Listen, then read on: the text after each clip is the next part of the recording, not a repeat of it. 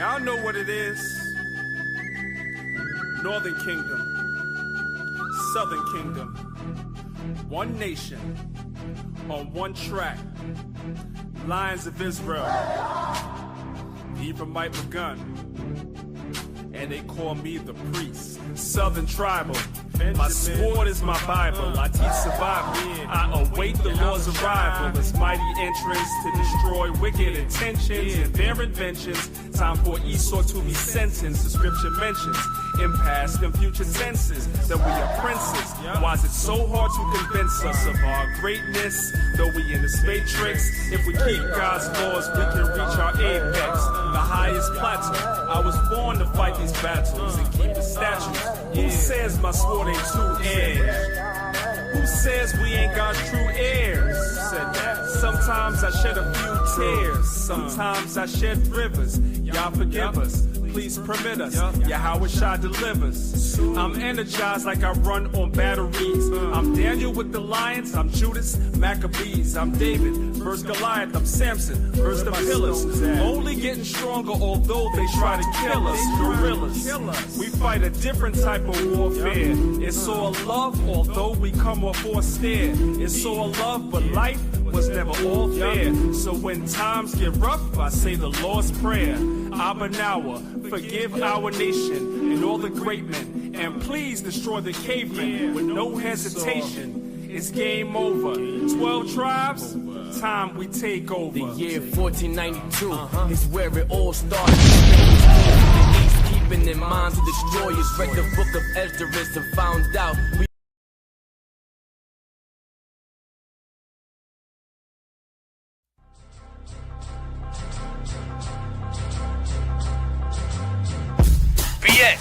stand up. We in the building.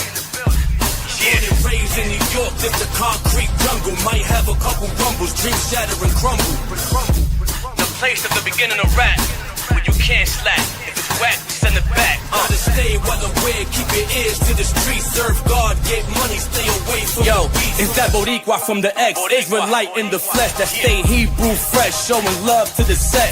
Real soldiers is staying strapped, wicked men is getting clapped. The rotten apples, where is that? Undercover sitting strapped. The YNs is wildin', they stealing Hellcats. Take it for a spin around the block and might give it back. Nothing to glorify, I'm just stating facts. If it was up to me, guarantee we'll stop all of that. Create the military mindset that's needed to keep from being defeated. Having Edomites pleading, we do the work in the streets, in and out of season. Crime rate decreasing, Israelites be the reason. It's hood love for real, I ain't going to jail. I got money to get, and it's the Lord I fear. Toast in the air, we making it happen the whole year. Matter of fact, every year around the Hebrews is here. Yeah. Track dash. Back on them. You heard? Born and raised in New York, lived the concrete jungle. Might have a couple rumbles, dreams shatter and crumble. PX Borough, you know what it is. Huh? I'm Terry Son. Gotta stay well aware, keep your ears to the streets. Serve God, get money, stay away from the beat. Revelation 21 and 12 told me the kingdom's only built for the 12. We the main reasons why them niggas built the jails. And they know Leviathan is bigger than the well. That's the power of God. And speaking to Job, we get back triple what we lost, including the globe. I burn like the fire with Moses, including the stove. I hope they crown me in the kingdom, including a robe. Khan. He come to lead the deaf, dumb, and blind, and get us out that 2868 bond, and identify ourselves, so he gave away signs, and told us that Jesus feasts the color of Acon. My father's Judah, but my mother is too. My wife's righteous, plus all the kids too. My beard's growing fringes with the strip of blue. Now it's time to get the word to my niggas too. Born and raised in New York, lived the concrete jungle. Might have a couple rumbles, dreams shatter and crumble. Gotta stay well aware, keep your ears to the streets. Serve God, get money, stay away from the beat. Born and raised in New York, lived the concrete jungle. Might have a couple rumbles, dreams shatter and crumble. Gotta stay well aware, keep your ears to the streets. Serve God, get money, stay away from the beat. Yeah. Ephraim and Judah, you know what it is. Kum Yashala. Yeah, we out.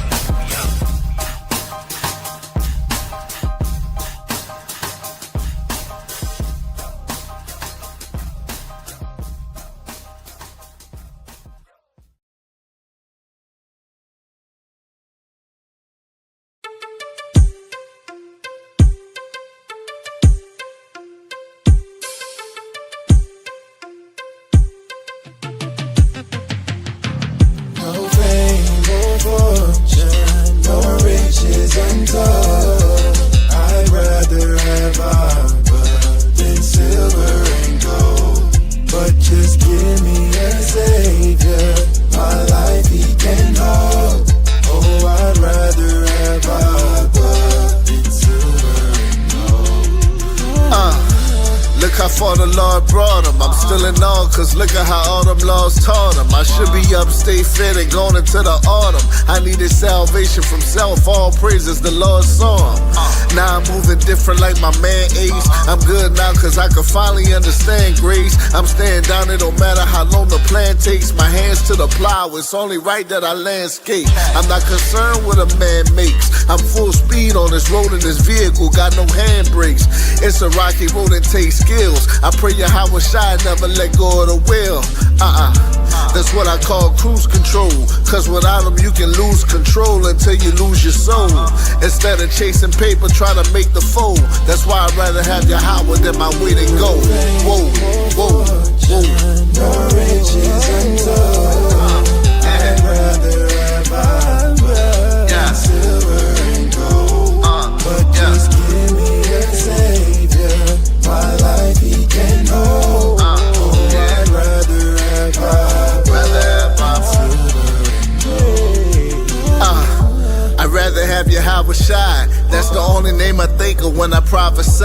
Now look at I, when they come to my peers, I put my pride aside and put the most high over things I used to idolize. Money, women, the S550s. Used to drive chef in a frenzy. Look how I was forming all them wicked and weapons that was against me. But most high came and he rinsed me immensely. Now I'm lifting my hands in a grateful way to the hills where my help come from day to day. That's the source of my strength, I'm not ashamed to say. Look how you took my crooked paths and you made them straight. Alpha and Omega, far from a dog. I'm on fire like the summer, far from the fall. If there ever was a problem, you the proper call. I choose Abba cause I know this kingdom got the fall. Y'all. Riches untold. I'd rather have arbor than silver and gold. But just give me a savior, my life he can hold. Oh, I'd rather have arbor than silver and gold. I'd rather have arbor. Yeah, yeah. Oh, I'd rather have arbor. I'd rather have arbor.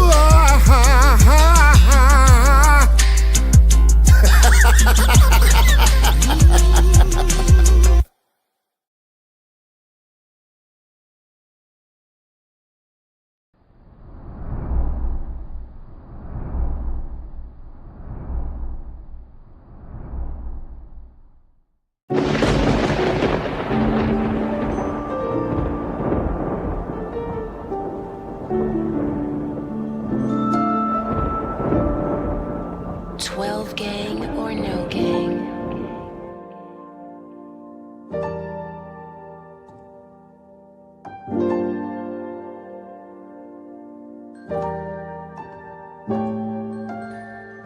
Are you impure, visual through tripping? It's a miracle I ensure spiritual nutrition. Don't need a watch but time, I'm so ahead of mine. A righteous man falls 7 times, but the highest mountain you better climb.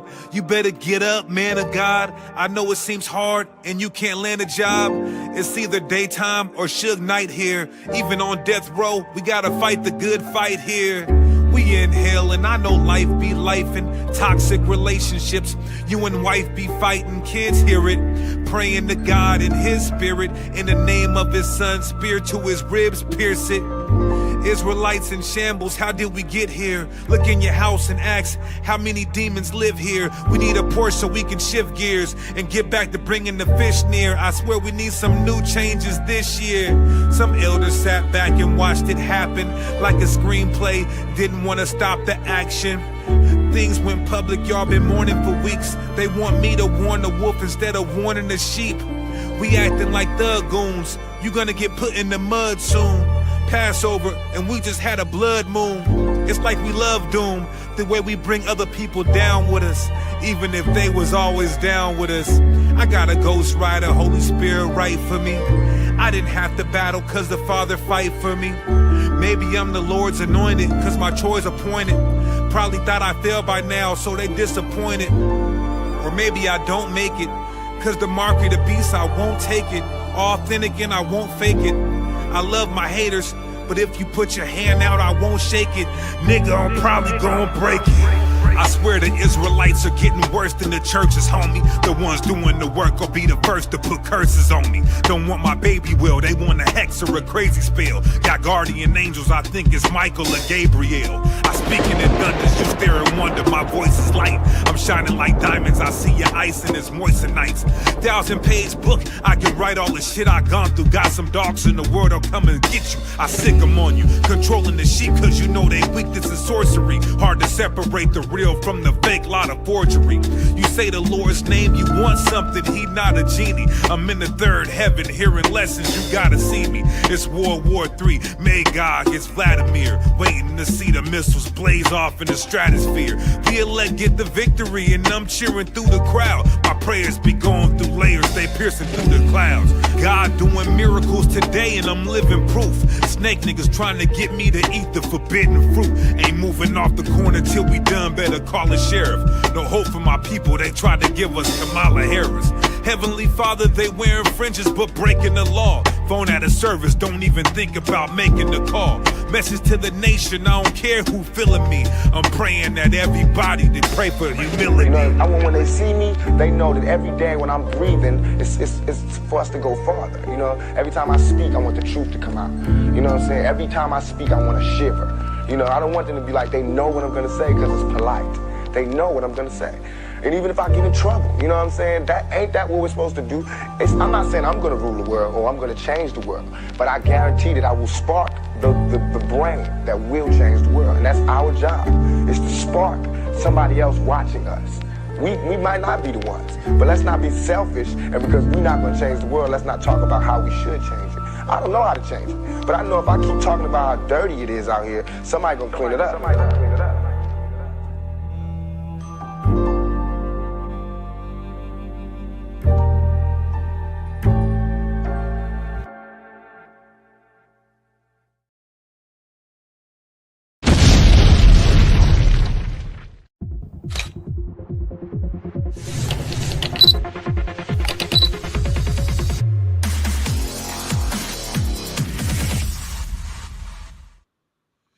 Shalom, shalom, shalom. What's going on? What is going on, brothers and sisters? Welcome to another edition of the Lions of Israel Sabbath class.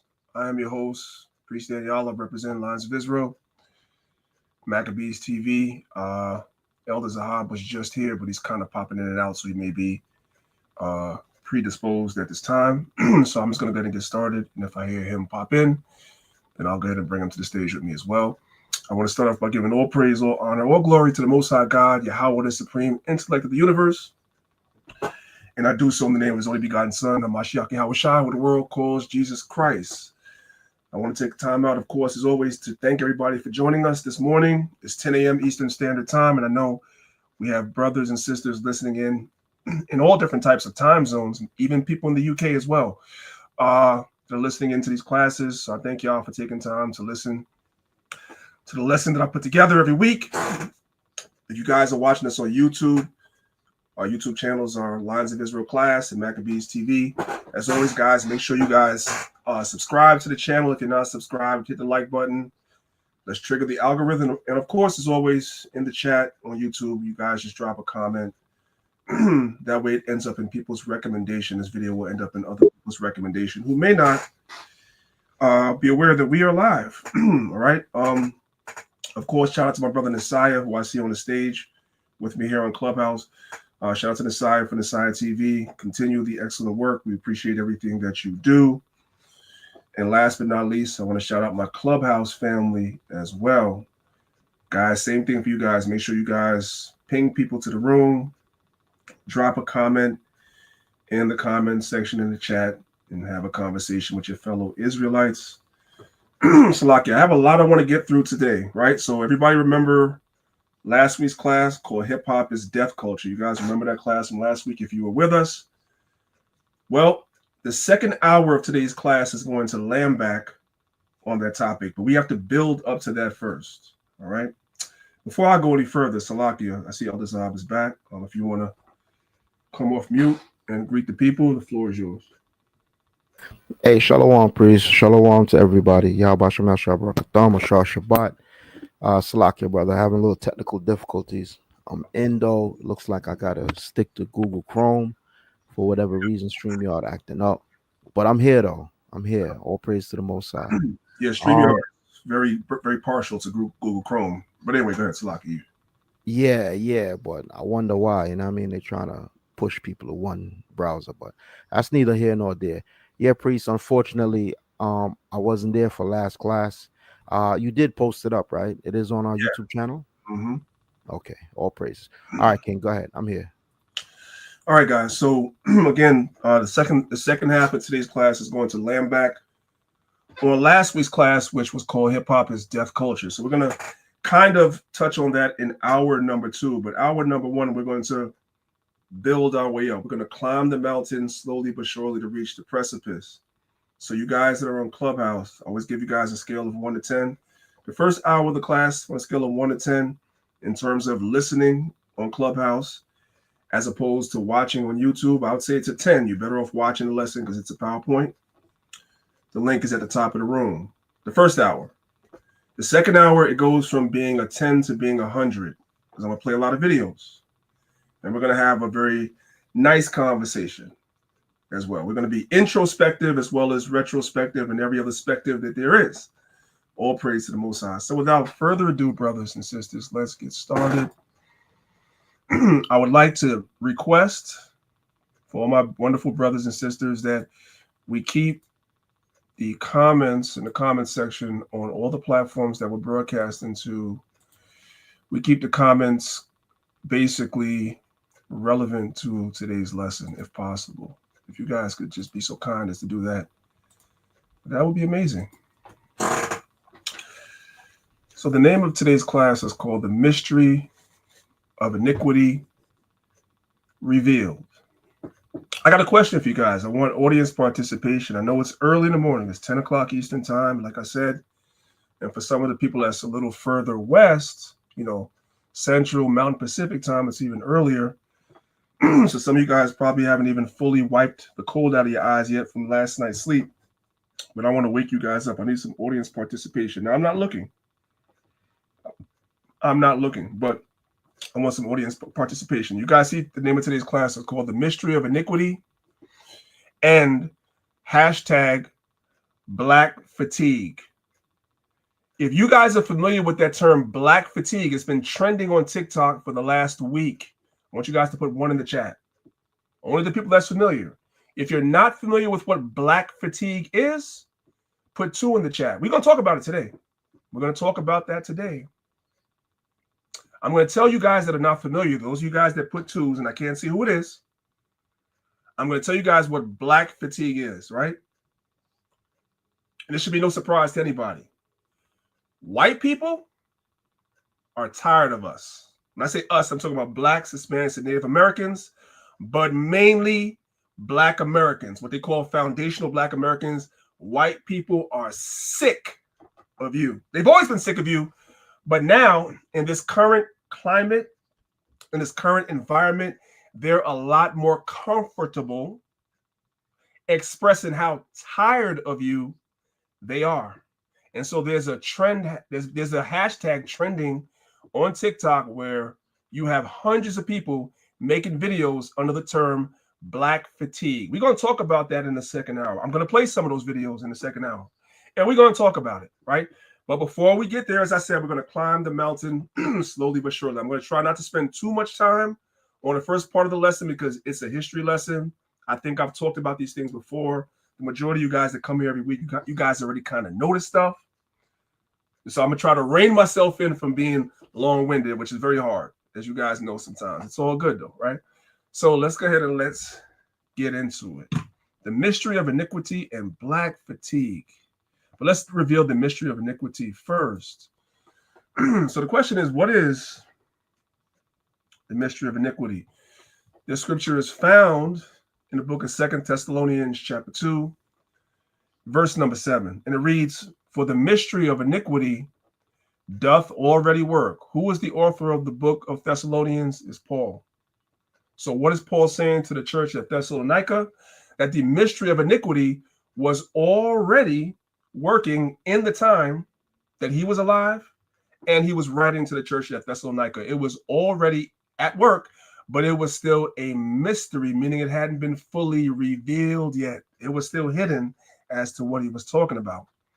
It says, "For the mystery of iniquity doth already work. Only he who now letteth will let until he be taken out the way." I want you guys to look at the last part of that verse. Until he be taken out of the way. The mystery of iniquity is a he. Matter of fact, let's go ahead and let's decorate that real quick. Let's go. We build it while we fly. No shame in that. We build it while we fly. So we're going to go ahead and we're going to make these things related to each other so everybody understands what they're looking at. The mystery of iniquity is a he. It's somebody. Everybody got that? Okay. Let's move on. Approximately when was this letter to the Thessalonians written? So I have a little chart here that you guys can see if you're paying attention to the PowerPoint. For you guys on Clubhouse, like I said, the link is at the top of the room. Come on over so you guys can see it as well. So Paul makes his first stop in Thessalonica, and all these dates are approximate, of course, around 49 AD during his second missionary journey, right? Well, let's start here first. So like Paul's first missionary journey was around 47 to 48 AD. That's the first one. The second missionary journey takes place in 49 AD, and one of the places he goes is Thessalonica, right? Which is the epistles that we're reading. In the same year of 49 AD, on the second missionary journey, he also stops in Athens. And while he's in Athens, he sends Timothy back to check on the Thessalonians.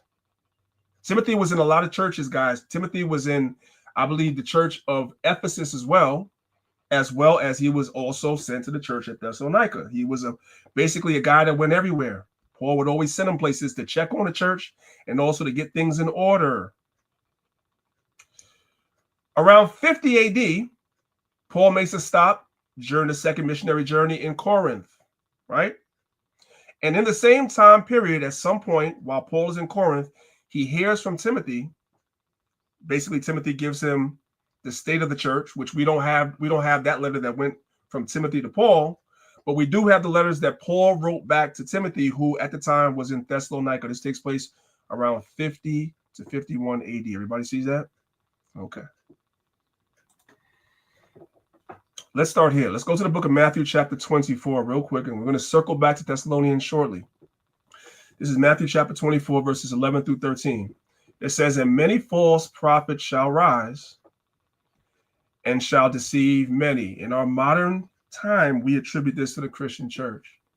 Every single Christian pastor, I don't care who it is, I don't care under what denomination, what umbrella, every Christian pastor is a false prophet. Period, point blank. And we can break down all the points in their doctrine that makes them false prophets. We're just going to continue for the sake of time. Verse 12. "And because iniquity shall abound, the love of many shall wax cold. But he that shall endure unto the end, the same shall be saved." So the Bible's letting us know that in the latter times, right? Because we're going to bring it up to the latter times. Yes, Matthew chapter 24, there are portions of it that is prophesying concerning 70 AD when the Romans were going to come and overthrow Jerusalem. That is true. But there's also portions that are applicable to our time. So we're going to make things applicable to our time. So iniquity shall abound. That's the time that we're living in right now. Everything that we're seeing right now, I'm going to give you guys the perfect example. Everything that we're seeing in this Diddy trial is iniquity. It's iniquity. And it's abounding, it's prevalent, it's everywhere. It has so many tentacles and so many people are involved. or affected by it in the music industry is ridiculous. Salakia priest, did you give the breakdown of the word iniquity, or that's coming up? Salakia to interrupt. Iniquity is just another way for saying sin. It's another way for saying sin. It's not very exactly important. the same. It's not exactly the same Greek word as sin. They're two different words, but they are synonyms. They're synonyms. They're related. Okay. So sin is abounding. Sin is all over the place. All over the place. Right.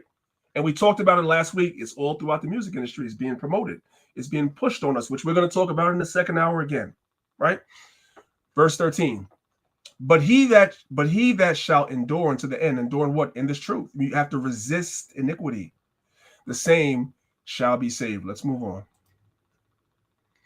Now, one example of iniquity abounding during the time of the Romans is the same thing that's abounding in our time right now. Let's read it. Romans chapter 1, verse 26. This is what was going on in Rome. For this cause, God gave them up unto vile affections. Everything that you guys are hearing about in this Diddy trial is vile. It's vile. It's vile. We thought it was disgusting when we heard in the 90s when R. Kelly had a young girl that he had sex with that was underage and urinated on her. And we were all appalled. And I got the air quotes up, appalled, because guess what? I remember back then there was no internet. There was no internet, right? I remember I used to work the oil tables back in the days. Those of you that know my story know I used to work the oil tables. So I was a street vendor, right? And right next to me used to be the damn Africans that was selling bootleg CDs and bootleg DVDs, right? And I remember that when the R. Kelly thing broke out, and it came out that there was some video that came out with R. Kelly actually doing the act. I remember black people by the droves were coming up to the damn Africans and buying the video because you wanted to watch it. I remember that. I remember that. You were fake outraged, but you wanted to watch it. And now here we are, what, 25 years later, maybe more? And the same thing is coming out again about somebody else. The whole industry is like that. Verse 26, Romans 1:26, it says, for this cause, God gave them up to vile affections. And they learn these things because a lot of black people back in the days wanted to be just like the Romans, just like a lot of black people today want to be just like the modern Romans, which is the white man. Verse 26, for this cause, God gave them up unto vile affections, for even their women did change the natural use into that which is against nature. That's lesbianism, right? We all know what that is. That's lesbianism. Reading on, verse 27, and likewise also the men, leaving the natural use of the woman. We all know what that means. Burned in their lust one towards another, men with men, working that which is unseemly. It's unseemly to watch another man have sex with your woman, which, by the way, has happened recently in the Israelite community, and it's an abomination too. It's an abomination too, by the way. That means you've been Israelite, and Israelite leaders have been seduced by the same thing we're reading. They fall under this too. Verse 27 again, and likewise also the men, leaving the natural use of the woman, burned in their lust one towards another, men with men working that which is unseemly. When you watch a video where you allow, I'm talking about Diddy now, you allow your woman to have sex with another man, and then when that man, there's some kids listening, so I gotta find some nice words. There's some kids listening. When that man finishes, right? He deposits his deposit, you know what I'm saying, on the woman. She takes it and rubs it on you. That's wicked, man. Anyway, and receiving in themselves that recompense of their error, which was meat. I've been seeing a lot of videos lately over the last year or so. There are 3 particular cities amongst our people that are basically on fire with STDs. That's Philadelphia, Atlanta, and Houston. And Atlanta and Houston are known to be freak-off cities. Understand? Let's keep reading. I don't want to get caught up for nothing. I want to bring it up to modern times. Verse 28, and even as they did not retain God in their knowledge, God gave them over to a reprobate mind to do those things which are not convenient. So since we didn't want to follow God, iniquity was abounding. We didn't want to follow God, so God allowed us to follow after these devils, and it was our undoing, because these same devils came against us later and destroyed Jerusalem and destroyed the temple and put us in captivity. Understand? And yes, we were actually slaves in Rome, but that's for another day and another time. Let's move on. Now, what do Christians teach the mystery of iniquity is? Let's start there, right? So you got this daggone dude right here. Let's hear what he has to say about the mystery of iniquity, and then we're gonna get right to it. Listen. We are in a moment. We are in a strategic calendar when the activities of the last days is beginning to unfold, and there are 7 categories of activities that will happen. The first is the great falling away, because many will fall under the spirit of deception and they will depart from God. That is what is called the mystery of iniquity. Because he said, because iniquity shall abound, the love of many will wax cold. And in 2 Thessalonians 2 verse 6, he said the mystery of iniquity now worketh. Iniquity is not necessarily sin. Iniquity is a state of godlessness. So that is what the great falling away is about. The devil will bring deception by the instrumentality of lust, and many will be cut off from God perpetually. Permit me to go into slides a bit and explain what I'm talking about. Now, I don't want to play too much of this, but what I want you guys to take away from that is, yes, iniquity is indeed sin. Iniquity is indeed having you separate from God, right? It's all that. But there's a person or a people that's leading the charge. That's what they leave out. That's the point that Christians leave out, but that's the point that we're going to put back in. Let's continue to the next slide. So again, 2 Thessalonians 2 verse 7, for the mystery of iniquity doth already work. Only he who letteth will let until what? He be taken out of the way. There's somebody that's leading the charge on this iniquity that's abounding on the earth. And it was going on heavy in Rome, which is what Paul was talking about in Romans chapter 1, for example. Let's move on. Let's examine this verse in 2 Thessalonians in context. Let's go up to verse number 1. It says, now, we beseech you, brethren, by the coming of our Lord Jesus Christ, Hamashiach Yahushai, and by our gathering together unto him, because the same way that we gather together unto Yahushua, that's the reason why we have congregations, we have camps. That's the positive. And even if you're somebody that's not in a congregation or a camp, you still gather together with like-minded people via social media. You know, you follow a lot of pages on Facebook, Instagram, Clubhouse, etc., that are Israelite leading, people that have the same sort of mindset as you. You congregate with them in that way.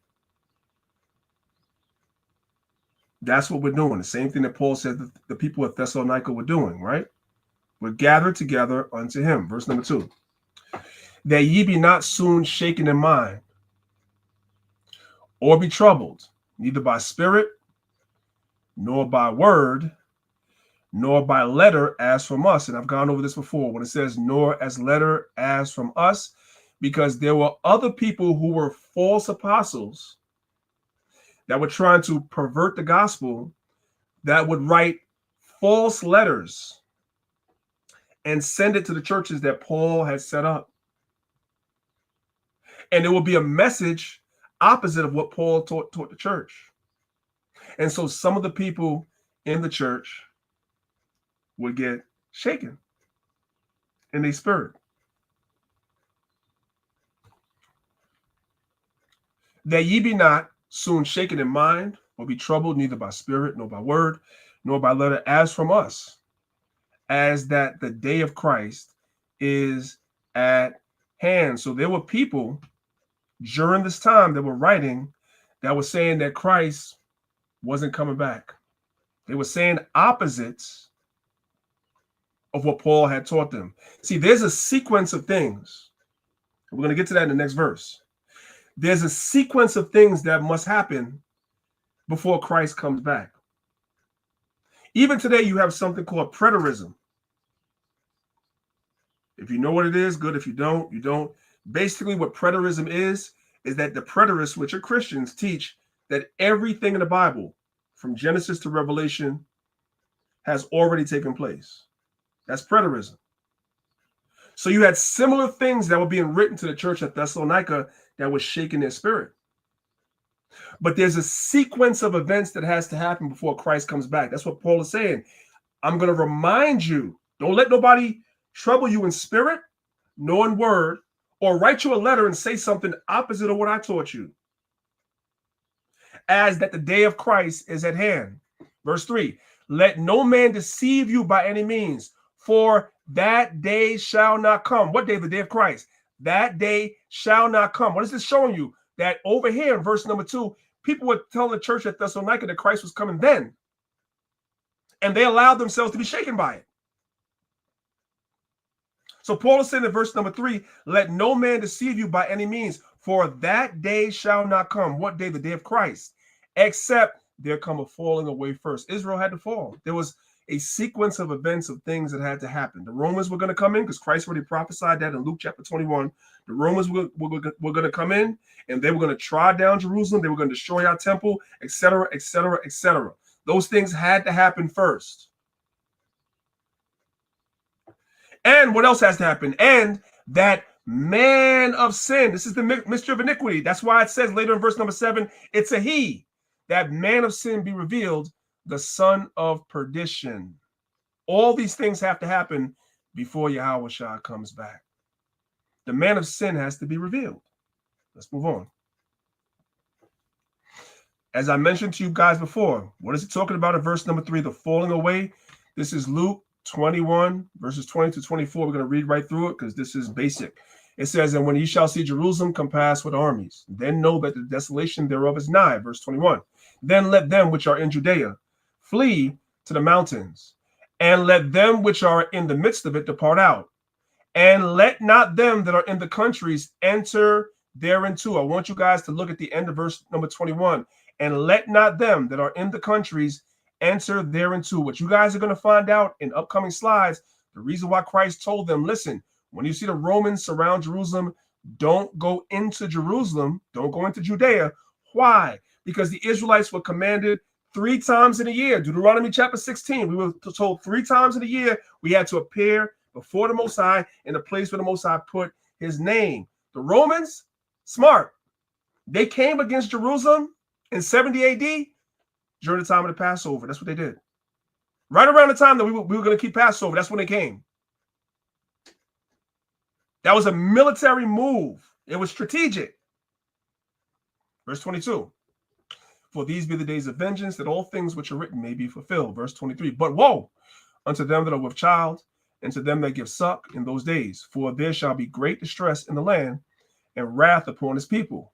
Verse 24, here's the point. And they shall fall by the edge of the sword, and shall be led away captive into all nations. And Jerusalem shall be trodden down of the Gentiles until the time of the Gentiles be fulfilled. And they shall fall by the edge of the sword. Coming back to 2 Thessalonians 2, verse 3, let no man deceive you by any means, for that day shall not come. What day? The day of Christ shall not come, except there come a falling away first. Jerusalem had to fall. When did Jerusalem fall? 70 AD. When did Paul write the book of Thessalonians?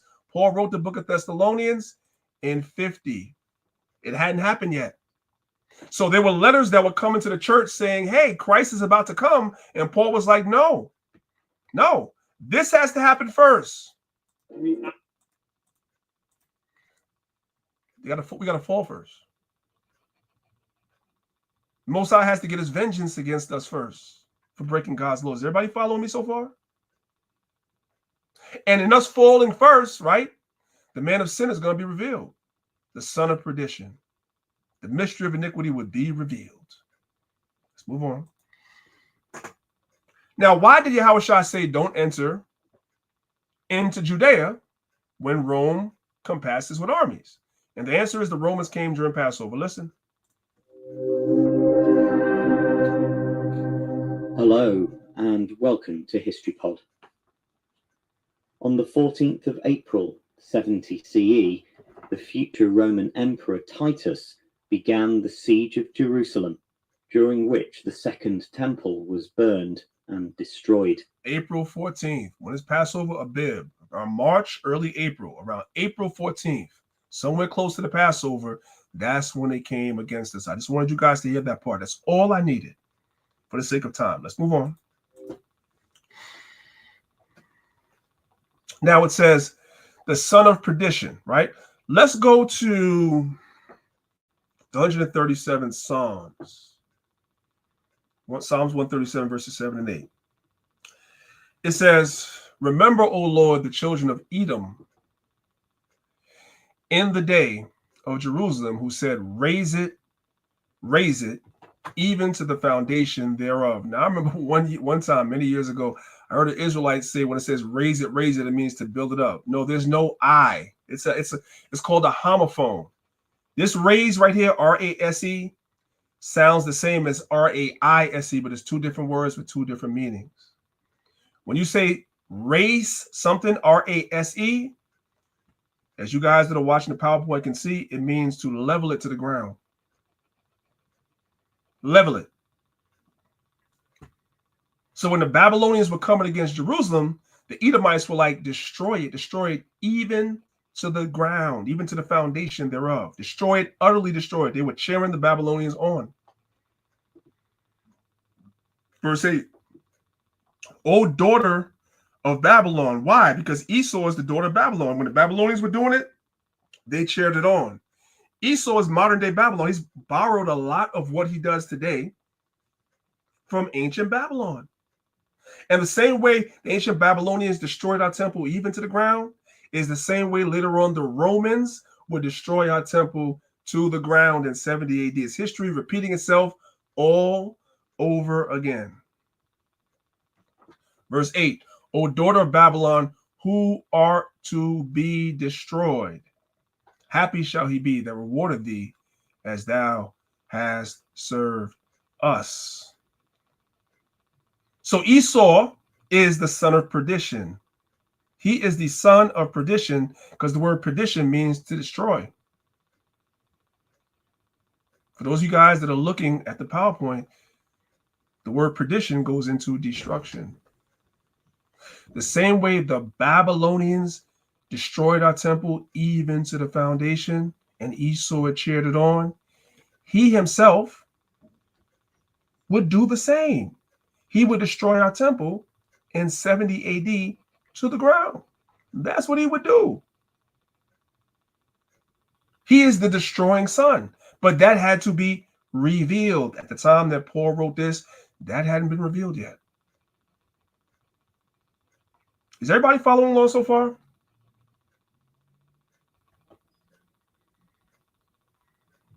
Let's move on. So again, perdition means utter destruction. Same thing the Babylonians did is the same thing the Edomites did. That's why they're called what? That's why they're called what? The daughter of Babylon.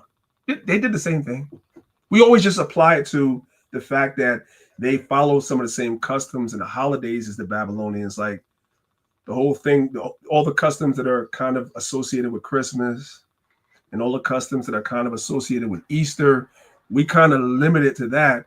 But no, literally the Babylonians destroyed our temple and so did Esau. They did the same thing. Same thing.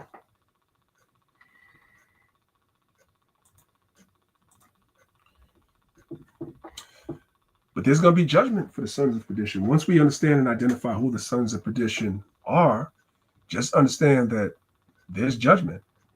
This is 2 Peter chapter 3, verse 7. It says, but the heavens and the earth, which are now, by the same word are kept in store and reserved unto fire against the day of judgment and perdition, destruction of ungodly men, because Esau is ungodly. All right? Let's jump up and read the entire context of 2 Peter. It says, 2 Peter chapter 3, verse 1, it says, this second epistle, beloved, I now write unto you in both which I stir up your pure minds by the way of remembrance, that ye may be mindful of the words which were spoken before by the holy prophets, and of the commandments of the apostles of the Lord and Savior. Verse 3, knowing this first, that there shall come in the last days scoffers walking after their own lust. And we already know what that's talking about. Every day we see scoffers come into rooms on Clubhouse where we're teaching. Every day, all the different brothers that go out to the highways and the byways upload videos when brothers are out there teaching, sincerely trying to teach our people. They're always scoffers. Why they're scoffers? because they are walking after their own lust. They want to do what they want to do. And every time that they leave their house and they're walking down a major concourse in America, doing their thing, whatever that thing is, which is usually wicked when it comes to our people, they run into brothers. And just the sight of brothers, and this is Bible I'm talking now, because Jeremiah 18 says the same thing. The reason why they wanted to get rid of Jeremiah, when you read Jeremiah chapter 18, verse 18 on down, because it says, as long as there's a priest, there's always a reminder, and I'm paraphrasing, as long as there's a priest, there's always a reminder of the fact that we're wicked. So we got to get rid of them, right? It's the same thing in 2 Peter chapter 3, verse 3, right? They're scoffers, walking after their own lust. And the reason why they don't like us is because every time they're walking down a major concourse and they see brothers, it is a reminder that you off, Ak. You off, sister. Repent. They don't want to do that because sin is more pleasurable. Y'all got it? Verse number 4. And saying, where is the promise of his coming? Yeah, my grandmama told me about that Bible stuff. And my mama told me about that Bible stuff. And it never happened. Jesus Christ is not coming. Jesus Christ is not real. Verse 4, it says, for since the fathers fell asleep, all things continue as they were from the beginning of creation. Everything is continued the same. I don't see it. I don't believe in no God. Verse 5, for this they are willingly ignorant of, that by the word of God, the heavens were of old, and the earth standing out of the water and in the water. Verse 6, whereby the world that was then being overflowed with water perished. Right. Because Noah prophesied and told the people that God was going to make it rain. And the people was like, no, come on, that's not real. That's fake. Just like now, it's not real. And then what happened? It happened. Verse 7, but the heavens and the earth, which are now, when it says the heavens and the earth, it's not talking about where the Most High dwells.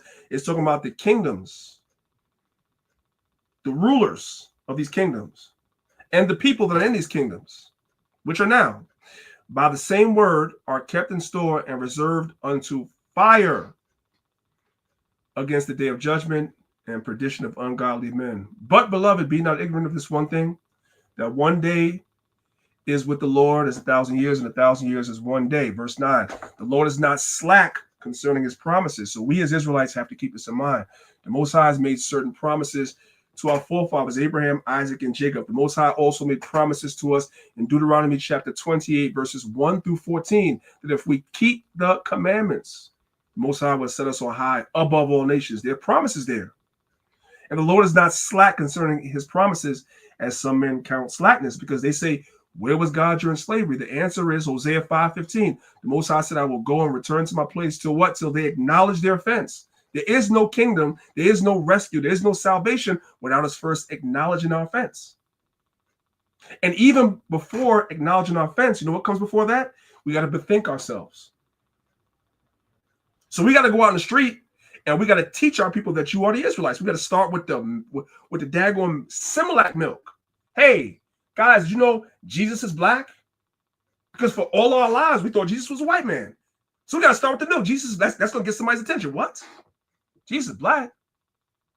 Yeah, the people in the Bible are black. Moses was black. He put his hand in his bosom and turned white. He put it back in again and turned itself a color. Did you know that, brother? We got to start with the milk. Hey, brother, have you ever read Deuteronomy chapter 28 and 68 about the slave ships? And then once we can see ourselves in the Bible, which is what the Christian apologists are trying to stop, which is like what scoffers like Sonetta are trying to stop. I'm being specific, it doesn't matter. Which is what scoffers like Garfield are trying to stop. Once we acknowledge ourselves in the Bible and recognize ourselves, then we begin to acknowledge our offense. So if we were those people and we're reading and these people kept going against their God, they kept going into idolatry, they kept doing all these things, and that was us. Oh, okay, that's why we kept going. That's why we're in the condition we're in now. That's why we're the last hire, the first fire. That's why we can't keep jobs. That's why the black GDP has not gone anywhere since we got out of slavery. That's why we don't have businesses in our community. That's why police are gunning us down left and right. That's why. That's why. Okay. That's why we're number one in most diseases. And we can begin to acknowledge our offense and change. They want to stop that. It says, the middle of verse 9, it says, but is long suffering to usward, not willing that any should perish, but that all should come to repentance. All of Israel. Let's be clear. Verse 10. But the day of the Lord will come as a thief in the night. A thief in the night is not going to tell you what day they're going to come to rob your house or to rob you. So you have to always, as they say in the world, you got to keep your head on a swivel. You got to always be prepared. That mindset comes into this truth too. We have to always keep our head on a swivel, always be alert, always be prepared. Because we never know when that day is going to be. Verse 10 again, but the day of the Lord will come as a thief in the night, in the which the heavens shall pass away with a great noise, and the elements shall melt with fervent heat. What thing in existence can melt elements with fervent heat? Those are like missiles, like a nuclear fire. And the earth and all the works that are therein shall be what? Burned up. That's the day that we're waiting for. But let's continue. I think I might have went too far ahead. Okay. So the next slide is, are there any clues or any other clues we can use to reveal the mystery? There are. Let's go to verse number 4. It says, who opposeth and exalteth himself above all that is called God, or that is worship, so that he as God sitteth in the temple of God, showing himself to be God. Who did that? Since the time of the Greeks, even up to the Roman Empire, the Edomites have always been exalting themselves as God. For those of you guys that are watching the PowerPoint on YouTube, you guys are seeing the screen. We know about Antiochus. We read about him every feast of dedication. Antiochus the Fourth. Some of us say Antiochus. Antiochus the Fourth. His nickname, he had a nickname. His nickname was Epiphanes. What did that nickname mean? He was God manifest. He was God in the flesh. That was his name. And that's what he was referred to as, God himself.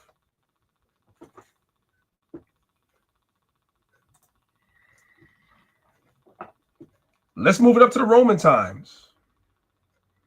We were talking a little bit earlier about Luke chapter 21, when Christ speaks about the time when our temple will be destroyed. So let's read about the destroyers of our temple, that family.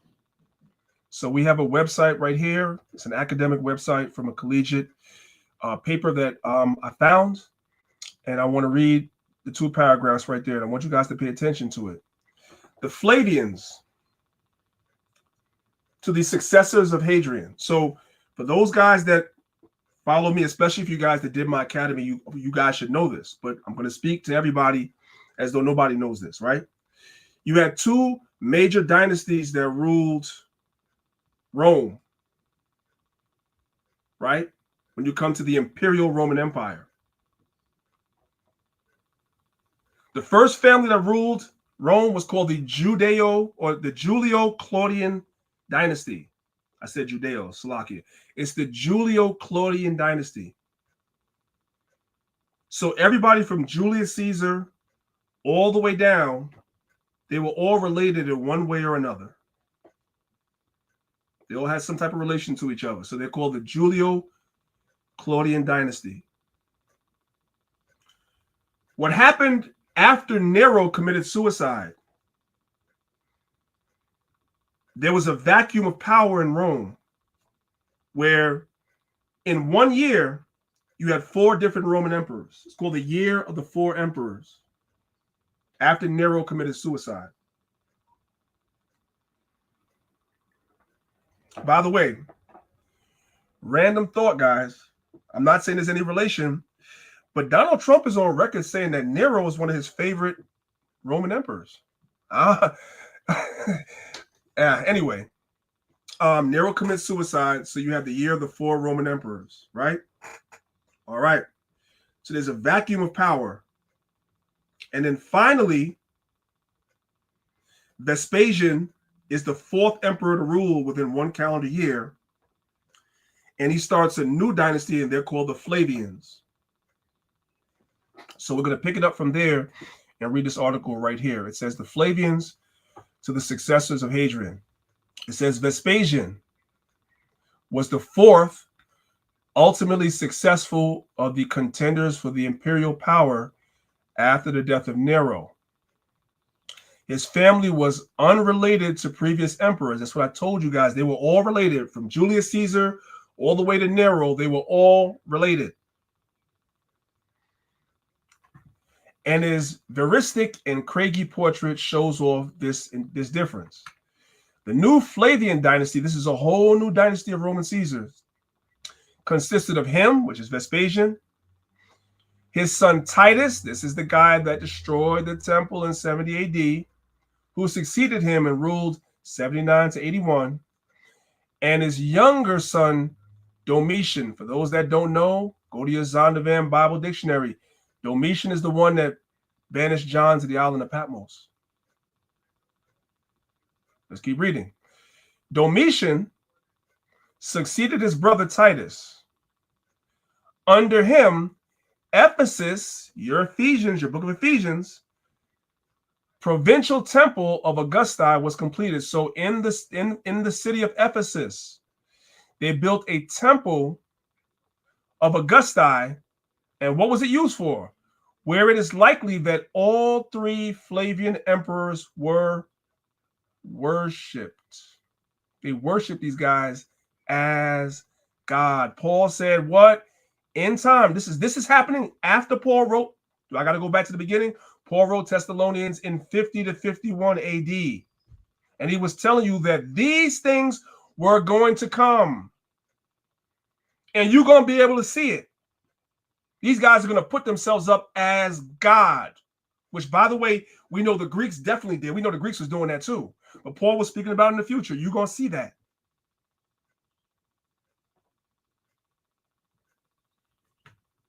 Anyway, we'll just leave that there. I just want you guys to see that.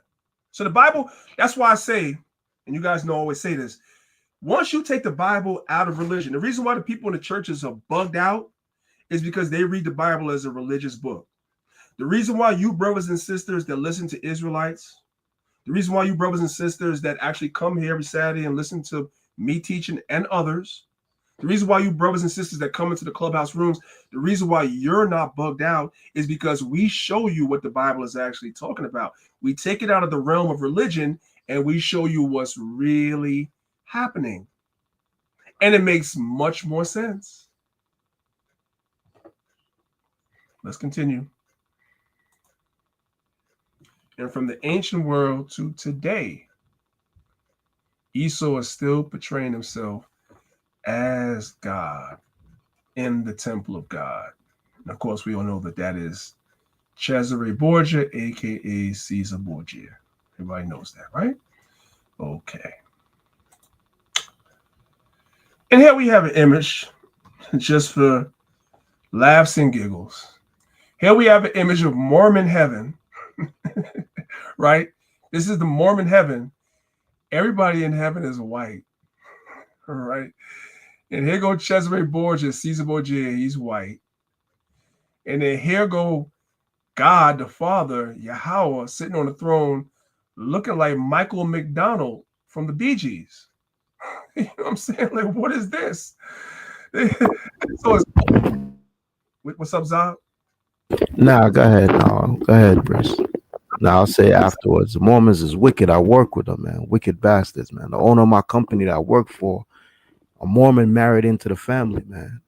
And that shit is true. That I don't know if you ever encountered them crackers walking through your neighborhood with the white button-up shirts and the name badges, the black badges. They'll shy away from the question. But if you ask them, are black people skin color considered a curse? They'll shy away, but if you get an elder, they'll tell you yes. So it's a racist organization. I just wanted to bring that out. I got a little time. How many of you brothers and sisters? You know what? Maybe it won't play. I don't want to mess around. If you brothers and sisters haven't seen, I'm gonna show it to you. I'm gonna stop sharing for 1 second. I'm gonna show it to you, but I'm not gonna play it because I know it's gonna give me problems playing. Let me just find it real quick, right? Let me just find it real quick, and then I'm gonna. You guys can go look for it for yourself. You can do a little research on your own, right? John, and while you're looking for that, it has nothing to do with scriptures. Nothing whatsoever. It's satanic as hell. Because I asked them to show me where is that in the scriptures. They brought out their book.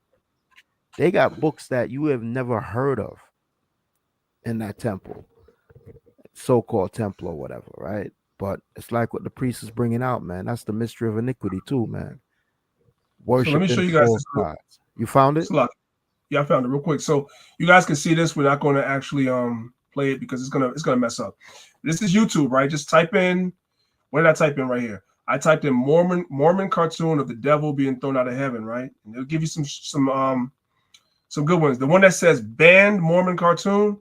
This is the one you want to watch. You know, they tell you that our black skin is a curse in this cartoon. This is for kids. This is for children, right? It's for children.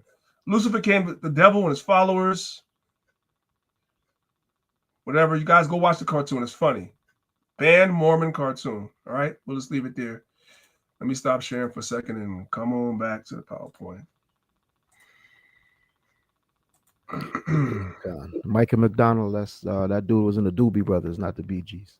I said the Bee Gees, right? It's the Doobie Brothers, right? It's all the same to me, man. But yeah, they all crackers anyway. It's all the same. Although I can't front, some of the music wasn't half bad. We ain't gonna talk about that. All right, let's move on. Verse number 5, 2 Thessalonians 2, verse 5 through 6. It says, "Remember ye not that when I was yet with you, I told you these things." So Paul was like, I don't know why you guys are allowing yourself to be shaken by letter, in spirit, or in mind, because when I was with you, I told you these things. I explained all this stuff to you. We feel the same way as leaders sometimes in Israel when some of you brothers and sisters bring us things, doctrines, whatever. We're like, we done explained this stuff to you guys already. Why are you bugging out over something stupid that we already explained? But we understand, and we're long-suffering and patient, because Paul had the same problem. He would explain things to people, and they would come back with the same thing he explained and ask it again. Right? Yahushua was very patient, but there were times in the Gospels when you read what Yahushua would kind of, I don't want to say he would lose his patience, but sometimes he would ask the apostles, how long must I suffer you? They would ask him certain questions, and he would look at them and be like, how long do I got to deal with you? That's in the Gospels, right? Anyway, verse 5, it says, "Remember ye not that when I was yet with you, I told you these things, and now ye know what withholdeth, that he might be revealed in his time." I keep saying it, this he thing, right? Now, what does it mean, ye know what withholdeth? What is that talking about, right? So, this might be new to pretty much everybody. There was a law in Rome called the law of majestas. Anybody ever heard of that before? It's okay. It's the law of treason. It's the law of treason. That's what it is, for lack of a better word, right?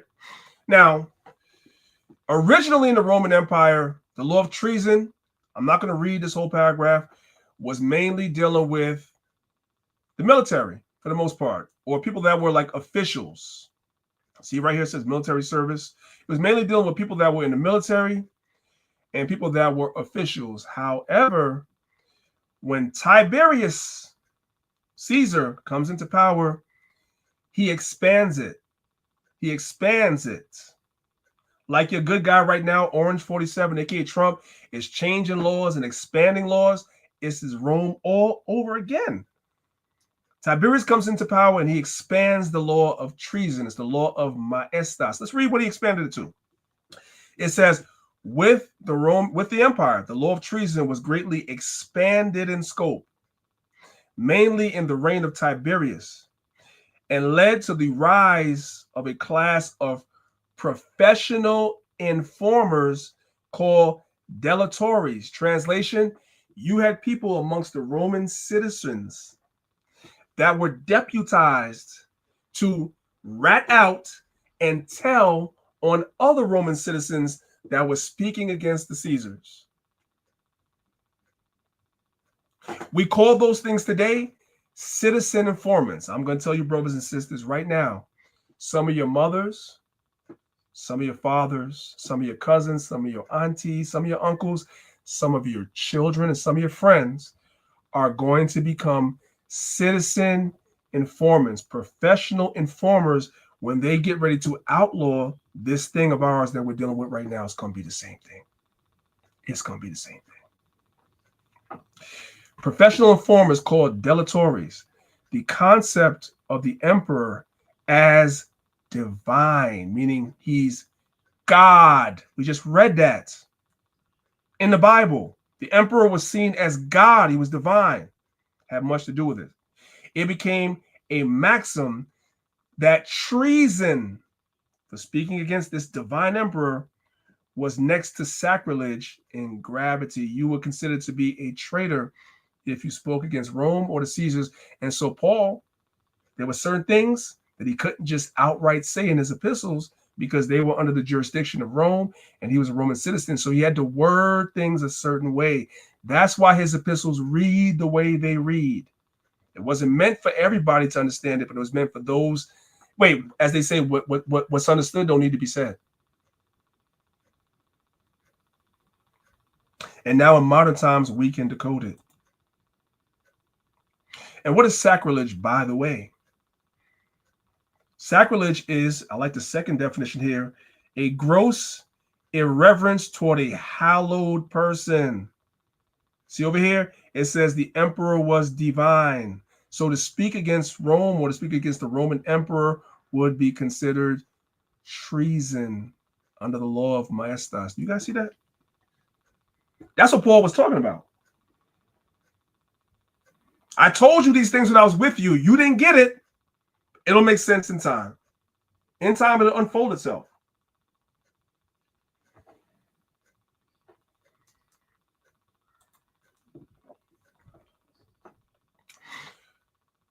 So now we're looking at verse 3.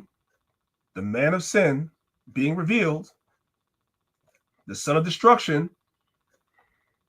And in verse number 7, about the mystery of iniquity was already at work. As Paul was explaining to them in a roundabout way, everything that I'm prophesying is going to happen is already in place. It's already in play. And this son of perdition, which is the son of destruction, is literally going to reveal himself when he destroys our temple. When the Flavians set themselves up and say that they're God, they set themselves up as gods. You're going to see it.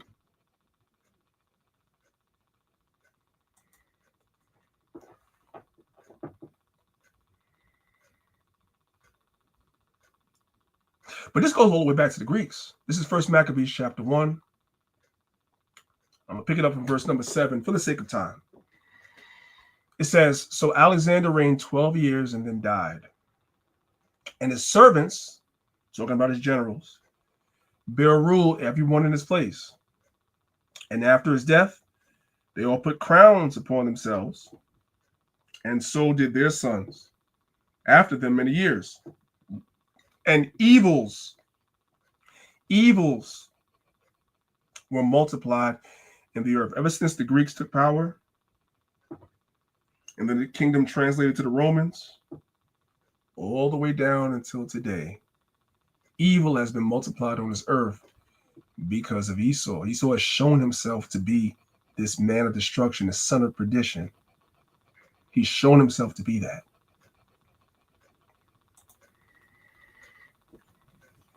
Now we're going to get to the part of the lesson that I was talking to you guys about earlier. We're going to bring it up to modern times now. That was a bunch of ancient history. I appreciate you, brothers and sisters, taking time to listen to that. But now we want to bring it up to modern times because maybe something has changed. I want you guys to remember what you've been learning for the first hour. Perdition is destruction, and perdition means hell. The name of this video is called All the problems in the world today are because of the British Empire. Now, let me be really clear. This is not talking about the British Empire during the time when we ruled the British Empire. It's talking about afterwards when Esau took it from us. All the problems in the world are because of the British Empire. I want you guys to listen to this. Pay attention. We're about to go someplace with this. Listen. All problems in the world go back to the British. Let me just put the volume up a little bit. Let me get you guys on Clubhouse closer to the speaker. But you guys heard that already. We cooking with fire already. All problems go back to the British. All of them. Listen. All problems in the world go back to the British. That's true in Pakistan, India. That's true in China. That's true throughout the Middle East. That's true here in Cyprus because they were the most powerful empire for 200 years and they left behind conflicts everywhere. They left behind conflicts everywhere. They were the most powerful kingdom for 200 years. There's a saying that says the sun never sets on the British Empire because they had rule and reign all over the earth. And then eventually they would pull out of these places where they were and they would leave behind chaos in their wake. That's what they would do. That's what they would do. Let's go back a little bit. True in Pakistan, India. That's true in China. That's true throughout the Middle East. That's true here in Cyprus because they were the most powerful empire for 200 years and they left behind conflicts everywhere. You know, everywhere the British went, they left behind conflicts and chaos. The son of perdition, destruction, and hell. That's them. Listen. Disaster taking place in Palestine right now. One of the reasons is that between 1915 and 1917, the British promised the same territory to 3 different groups. So between 1915 and 1917, the British promised the territory of Palestine, which today we call modern day Israel. They promised it to not 1, not 2, but 3 different groups. Okay? The British promised the same territory to 3 different groups. So first in the McMahon communications, the British promised it to the Arabs. You fight with us against the Turks, it's yours. Then they negotiated the Sykes-Picot Treaty to say to the French, it's yours. Then in the Balfour Declaration in 1917, they said it's a Jewish homeland. So the British promised 3 times land that wasn't even theirs. And they got a lot of nerve as far as I'm concerned. And now you need to disentangle all of this. But this is where the problems originate. This is where the problems originates with Esau. He is the son of perdition, the son of destruction, and the son of hell. The sad part is these people in Cyprus, they think that they're different, but these are Edomites too. Satan divided against Satan's kingdom cannot stand. Now we're going to get to what we need to get to. We're going to bring it up to time. So we done shown Esau throughout history being evil and wicked and all that good stuff. But now we want to bring it up to modern times. I didn't look earlier in the chat, but I had asked, for those of you guys that came in late, I asked the chat, how many of you brothers and sisters are familiar with this term black fatigue? It's trending on TikTok like crazy. I wanted to know how many people are actually familiar with this term, because we need to talk about it.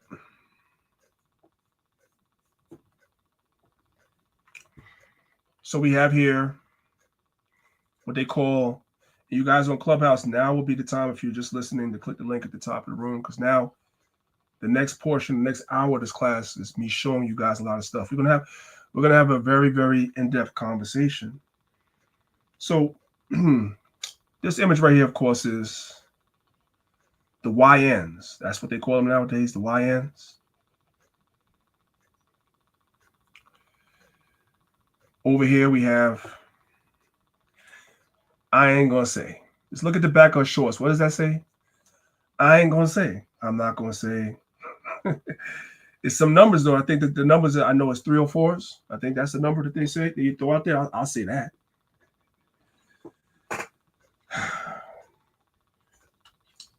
So this is a thing called black fatigue that's trending. So I asked the question, what is it? Because some of you guys listening right now are not familiar with this trend. You busy watching whatever you're watching on TikTok, so that never comes across your For You page. So you don't know what's going on in the world. So I'm gonna help you out. Here's how it started. See, black fatigue started out with this lovely black sister here. She wrote a book in the year 2020 called Black Fatigue. And what it says is, it says on the title, it says how racism, so black fatigue was associated with racism,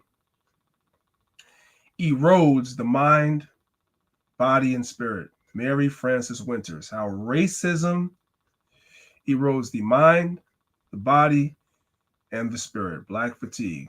She wrote this book in 2020. Let's look at the preface just for a second. We're only going to read the first 2 paragraphs so we can understand how it started. Because guess what, brothers and sisters? How it started is not how it's going. It went a whole different way on TikTok. We're going to get there in a second. So she starts off in the preface by saying, when I conceived the idea for Black Fatigue in the fall of 2019, Black colleagues and friends urged me to write it as soon as possible. They said we need to chronicle the fear as part of the fatigue, the frustration, the anguish, and yes, the rage that is a regular part of many Black people's daily lives and how it affects the mind, body, and spirit. Living while Black is a term coined to embrace the myriad, of unjust and inequitable experiences that are relentless and too often lead to violence against Black people. So this was written on our behalf to speak about our struggles, our fear, our anguish, our rage, etc., right? Okay, that sounds reasonable. I think most of us can agree with that. Let's read second paragraph. It says, this was before the COVID-19 outbreak in January 2020 and the global organized and powerful rebellions against systematic racism that started in May 2020. These events changed the world as we know it forever and served to put a spotlight on Black fatigue. So we lashed out and had rebellions, so forth and so on during COVID. And her book was to put a spotlight on the reasons why Black people were fatigued, because we have fear, frustration, anguish, etc., etc. We all can relate to that. We're like, yes, everybody that's listening is like, yes, I can relate to that. But I want you guys to watch how they switched it.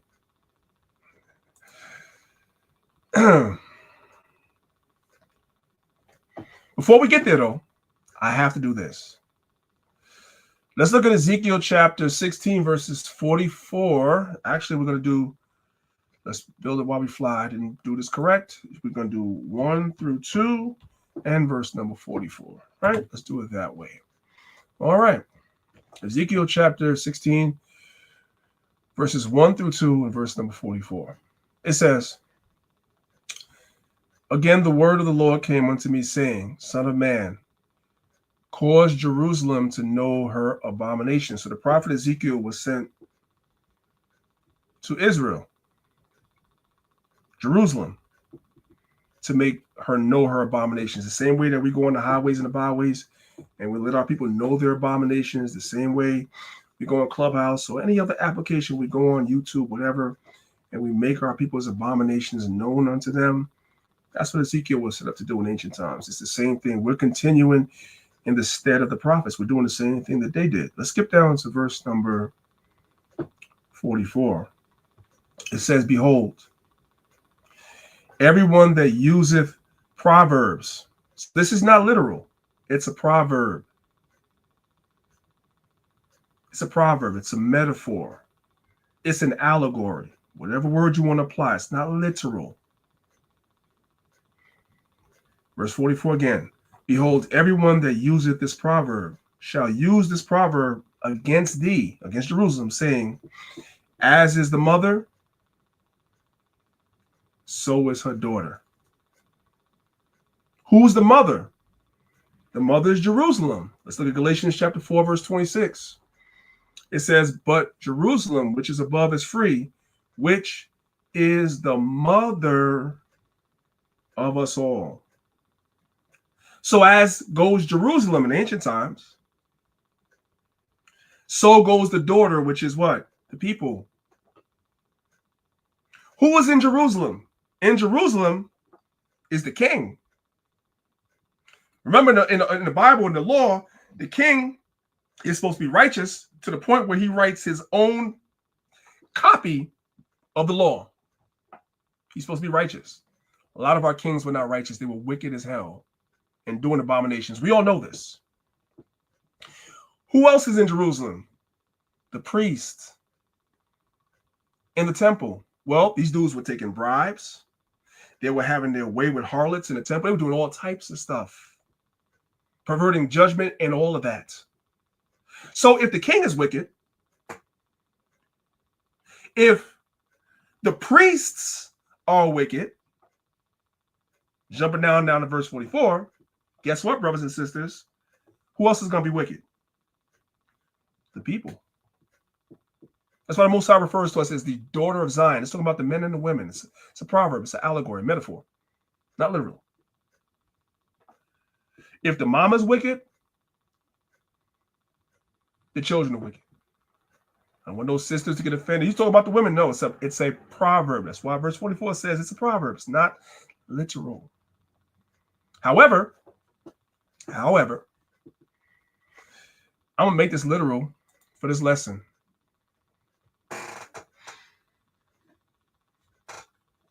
Hopefully you guys are all here now in Clubhouse, because now we're about to get into it. First thing I want you guys to look at on the screen is the hashtag in the video. It says Black Fatigue. As is the mother, Ezekiel 16, verse 44, so is the daughter. This is a video from a high school graduation with our people.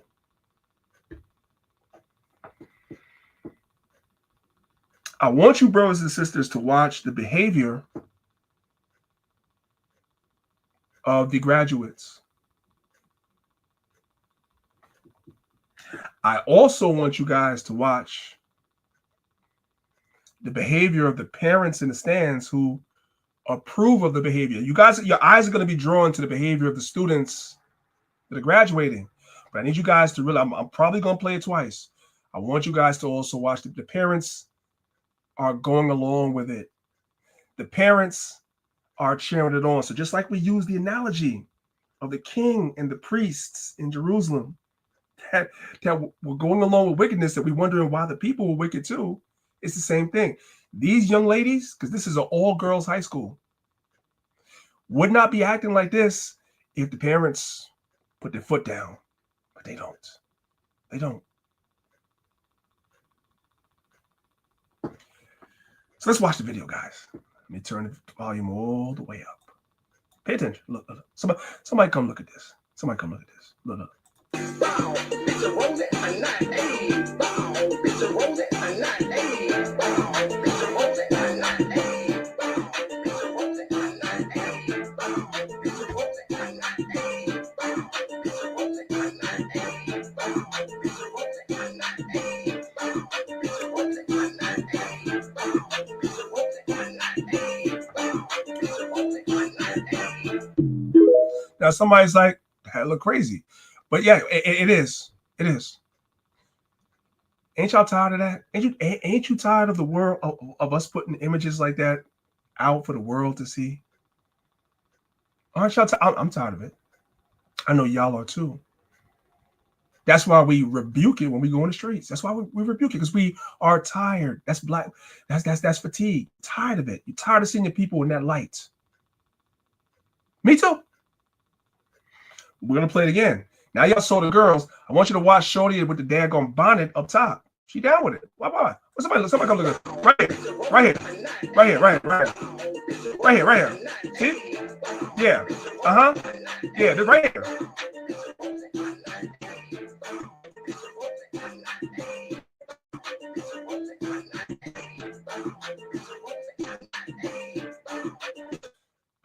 People are tired of that. I'm tired. I'm tired of this being our image. I know a lot of y'all are too. Let's go to the next one. So this video is from the University of Oklahoma at Norman. So now we have our people right here, right? And then in the background, in the audience, you got the white folks. I want you guys to look at what I have right here. We're going to watch the video, but I want you guys to look at the comments after the video. We're going to examine the comments. Okay? Okay. Watch.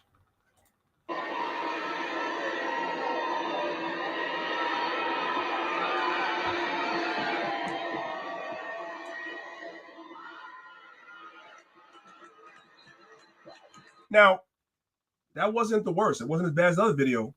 But y'all see who's in the background? Who's in the background? Look who in the background. Look who in the background. White people in the audience. Billy Bob right here. See, Becky Sue right here. Yeah, they got the awkward smile on her face, don't she? We're gonna go back and watch this again, and then we're gonna look at the. I want you guys to see the comments under the video. Let's look at that.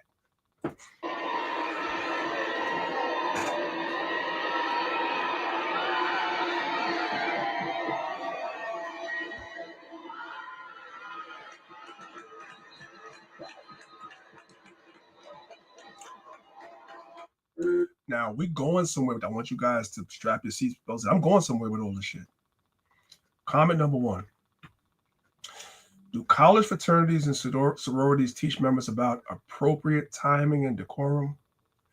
I find all the jumping and carrying on during graduation ceremonies, especially on stage, is quite unnecessary.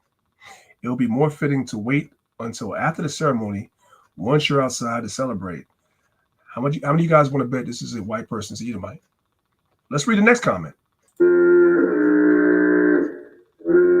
Right there. You guys see that? Black fatigue. White people is tired of us. They're tired.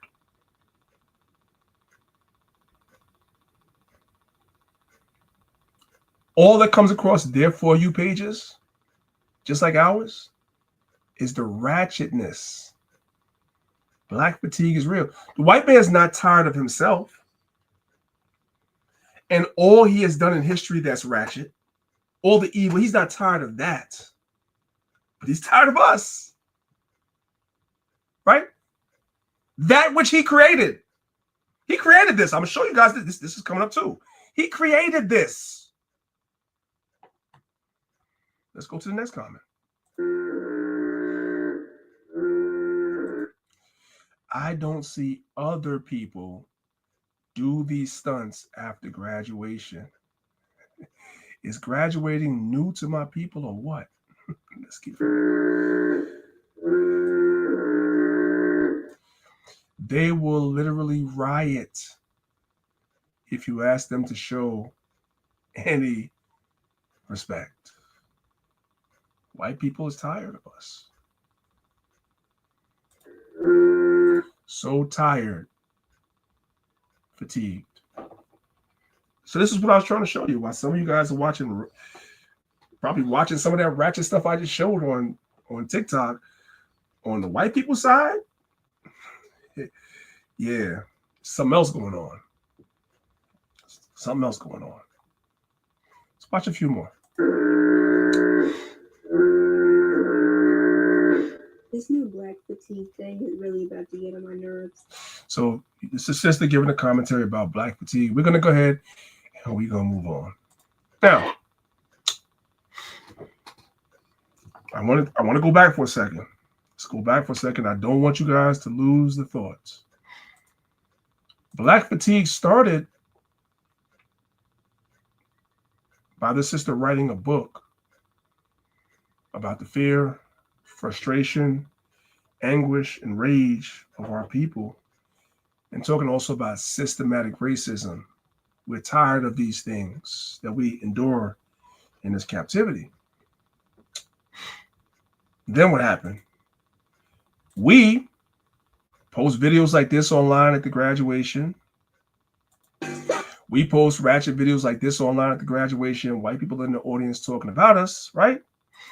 And now we have this new movement called Black Fatigue, except the white man has now taken the term and he flipped it. He's now using it to say he's tired of us. They cloak their hatred for us in the term Black Fatigue, which we coined, by highlighting bad behavior amongst us that we all, especially as Israelites, we already rebuke the bad behavior. We do that. But white people who are racist have now found a new opportunity to use a term that we created to also say they're tired of us as well. That's what's going on, guys. Let's go ahead and let's listen to Billy Bob here real quick. Come on, Billy Bob, what you got to say?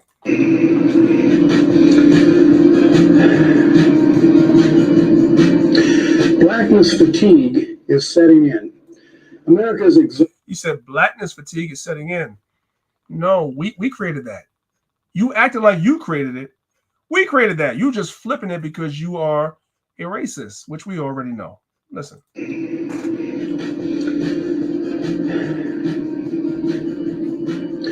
Blackness fatigue is setting in. America is exhausted from dealing with the never-ending complaints and ingratitude of the black community. Black racism against whites and Asians has reached violent proportions. You guys see how they flipped that? The sister wrote the book talking about systematic racism and oppression. The white people have now used, I have to blame us. What we upload online, conducting ourselves as ratchet, unprincipled, no morals having, they have now used that to capitalize and then took the term and say they're tired. Listen. And with the help and funding of the Democrat Party, militant black racism is getting worse. Well, here's a wild billboard of truth for America. White Americans are the least racist people in the USA. You said white Americans are the least racist people in the USA. That is crazy. Go ahead and talk, Bill. Probably the whole world. We have been non-racist for the last 50 years, but today the Democrat Party is using racism as a political weapon. And white America is exhausted from dealing with blackness that has been coming against them day after day for years. They said white America is exhausted. No, black fatigue had nothing to do with white people whatsoever. You should have created your own term, but they stole our term.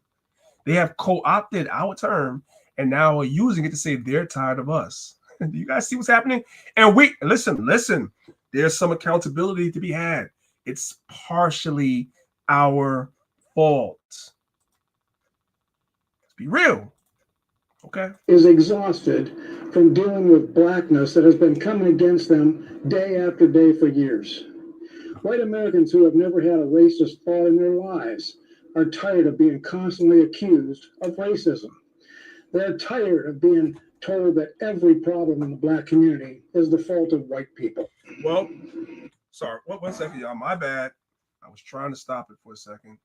Let's go back. He said white people are tired of being told that every problem in the black community is the white man's fault. I'm going to show you that it is their fault. I'm going to show it to you. Let's listen. My bad. It's them day after day for years. White Americans who have never had a racist thought in their lives are tired of being constantly accused of racism.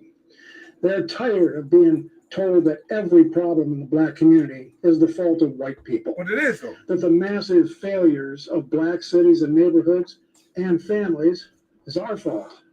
This week, some cities tired of hearing that the massive failure of black cities and black families is their fault. I'm here to tell you it is your fault. I'm going to show it. But watch how they flipping things. See, the white man has a long, sordid, bloody history of being the devil, being the son of perdition, being destructive, destroying societies and nations and kingdoms. But he's trying to flip it to make it seem like black people are the problem. Brothers and sisters, we need to strap in our seatbelts because the ride is going to get bumpy. It's going to get bumpy. I want you guys to know that. Let's keep listening. UK politician declared that blacks violently attacking Asians is caused by white people. No matter what white people do or say, they are slandered as villains by blacks who are determined to punish white Americans simply for being white. They are unappeasable. Now, millions of immigrants came here from England, Poland, Italy, South America, Vietnam, Russia. They came from all around the world, and they were dirt poor when they arrived. But they worked hard and became successful. That's BS. Real quick, let me let him finish, and then we're going to go look at that, right? He said they just work. White people just worked hard. That's it. They just worked hard to be successful, right? Wrong. Let's listen again. England, Poland, Italy, South America, Vietnam, Russia. They came from all around the world, and they were dirt poor when they arrived. But they worked hard and became successful and rich and well-adjusted citizens. So why is it that the African community has remained in poverty for 150 years? That's a great question. That's a great question. I want to ask the brothers and sisters, I'm going to show it to you guys, but I want to ask y'all first. Why is it that white Americans from Eastern Europe and Western Europe and all these other places have come here and gotten rich, but the black people have never gotten rich? What legislative act contributed to white people getting rich and black people not? I want to see if anybody's going to catch it in the chat. I'm going to go ahead and look for it first. I'm going to come look at the chat in a second. I'm going to stop sharing. I want to see who's thinking, who knows. I want to see who's thinking. I want to see who knows. Put it in the chat.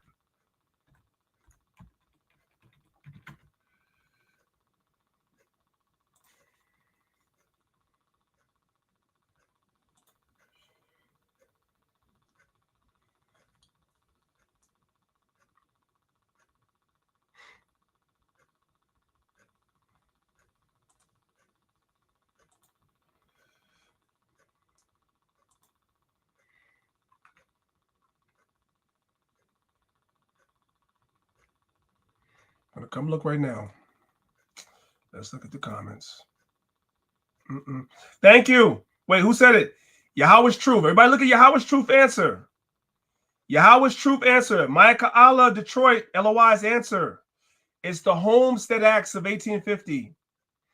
The Homestead Acts of 1850. I'm going to go ahead and share my screen. I ain't going to read it right now. Give y'all some homework. I'm not going to read it. It's the Homestead Acts of 1850. Right here. The Homestead Acts of 1850. What the Homestead Acts, when you guys look into the Homestead Acts of 1850, what they did was they gave land to people that were not born here. They were not born here. They gave them land. And not only did they give them land to farm on, they also created colleges. That's what Micah Allah Detroit was talking about. They gave them colleges. These are your A&M colleges. Texas A&M, this A&M, that A&M. They gave them colleges to teach them how to farm land in the Midwest. That's what they did. Also, look, right? Guess who was barred from owning land? Black citizens were barred. You were told no. But they gave land to immigrants from Europe and created colleges for them, but you were barred. You guys see that? Okay, we're going to stop sharing now. We're going to stop sharing now. These devils act like they don't know this history. Like, what are we talking about? What are we talking about? Let's continue the PowerPoint. You guys gotta, especially you teachers, you got to know this. Because you got dimwits like this right here. He's a dimwit that say stupid stuff like this, and black people don't know how to argue it. So we're teaching you how to argue it. The Homestead Acts, that's why. That's why. We were barred from having land. Meanwhile, you're giving land to immigrants and creating colleges to teach them how to farm the land. They're not even from here. And the newly freed slaves were given nothing.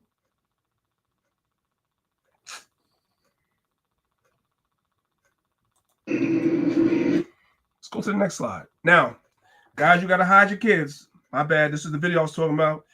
This guy is saying a lot of expletives, but you got to hide your children. My apologies, but I feel like you guys need to hear this. This is trending on TikTok like crazy. So I need for you guys to know this exists. You brothers, stop looking at them damn booty shaking videos on TikTok. Stop following them damn thoughts on TikTok and open your mind and learn something. I'm talking like this to give you guys some chances to hide the kids, because we have to look at this. All right, so I'm gonna give y'all another 10 seconds to hide the children, because there's some 4-letter words in here, but I gotta play it.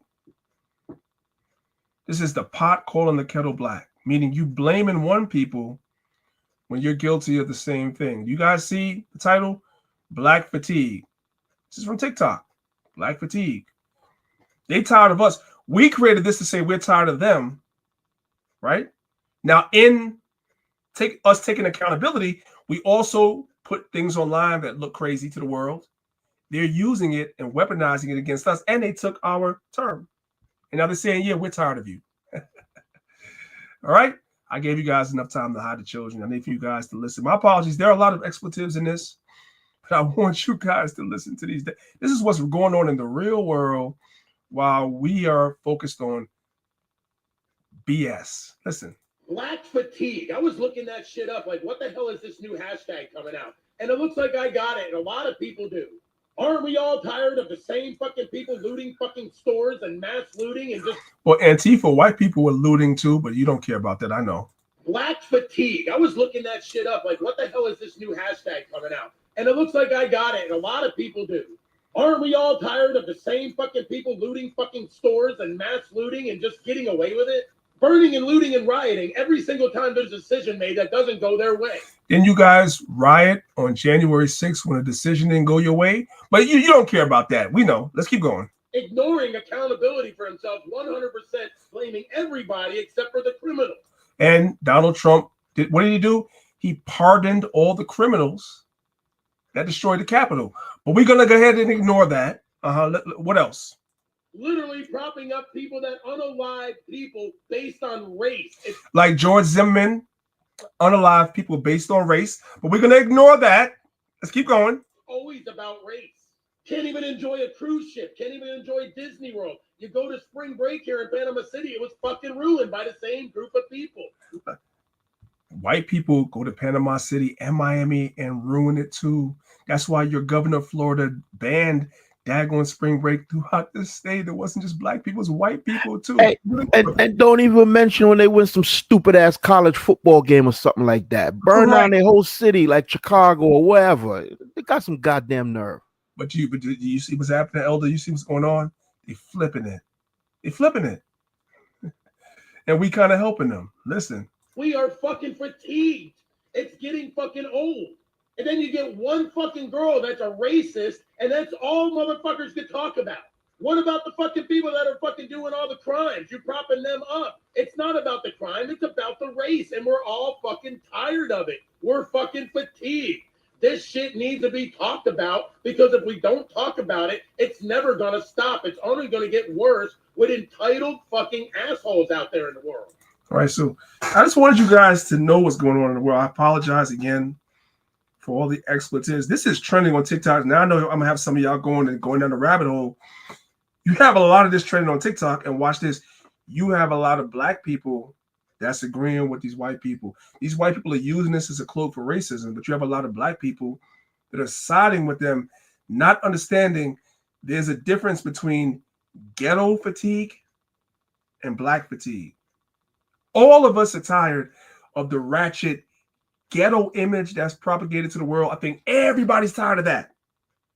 But the white man is saying he's tired of all the black people. The dumb black people that are siding with him are not understanding these people are using this hashtag as a cloak for their racism because they don't like Negroes. No way. And by the way, we created this term, and it was really us saying that we were tired of white people. You guys see what's going on?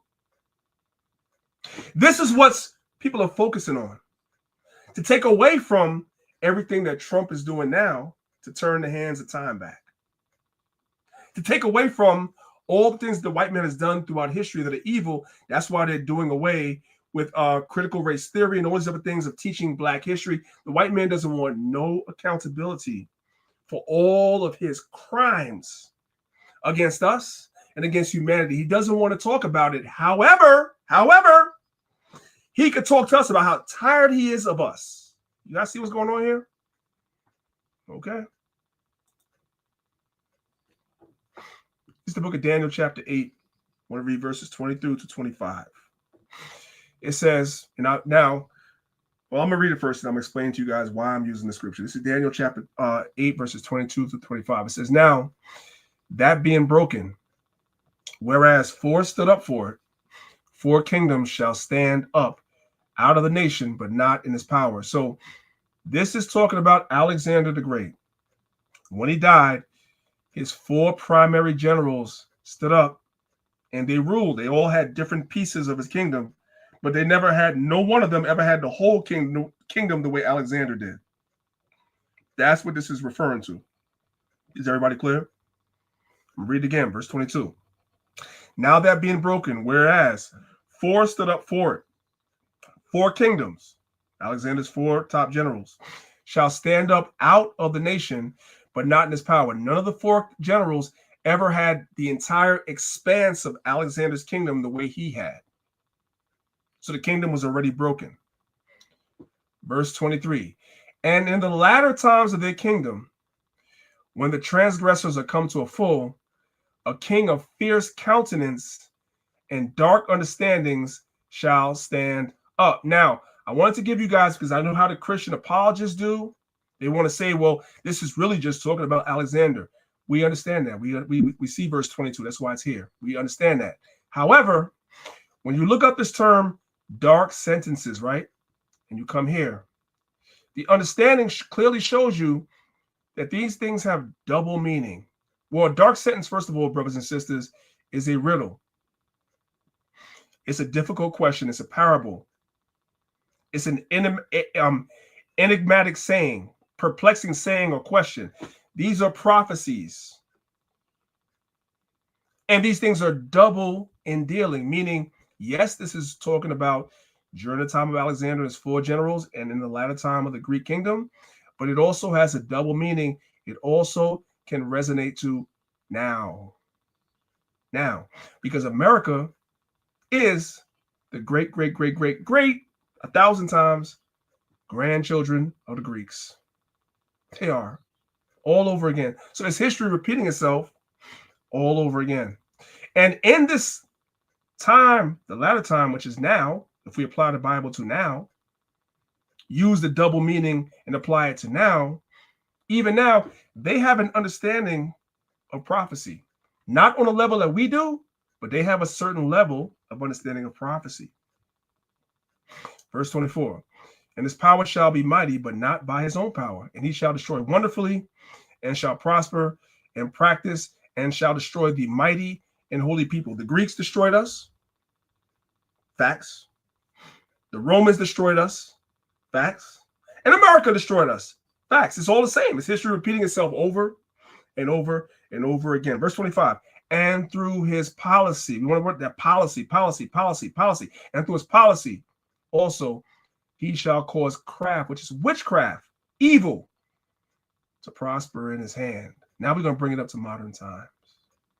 Yeah, white people are tired of the whole black aesthetic. We just heard all the rants, right? We heard that. But there's something that we should understand. Let's go to 1 Maccabees chapter 8. We're only going to read verses 1 And we're going to skip down to verse number 8 to bring it up to modern times to show you guys exactly how Esau works. First, let's bring it back to ancient times.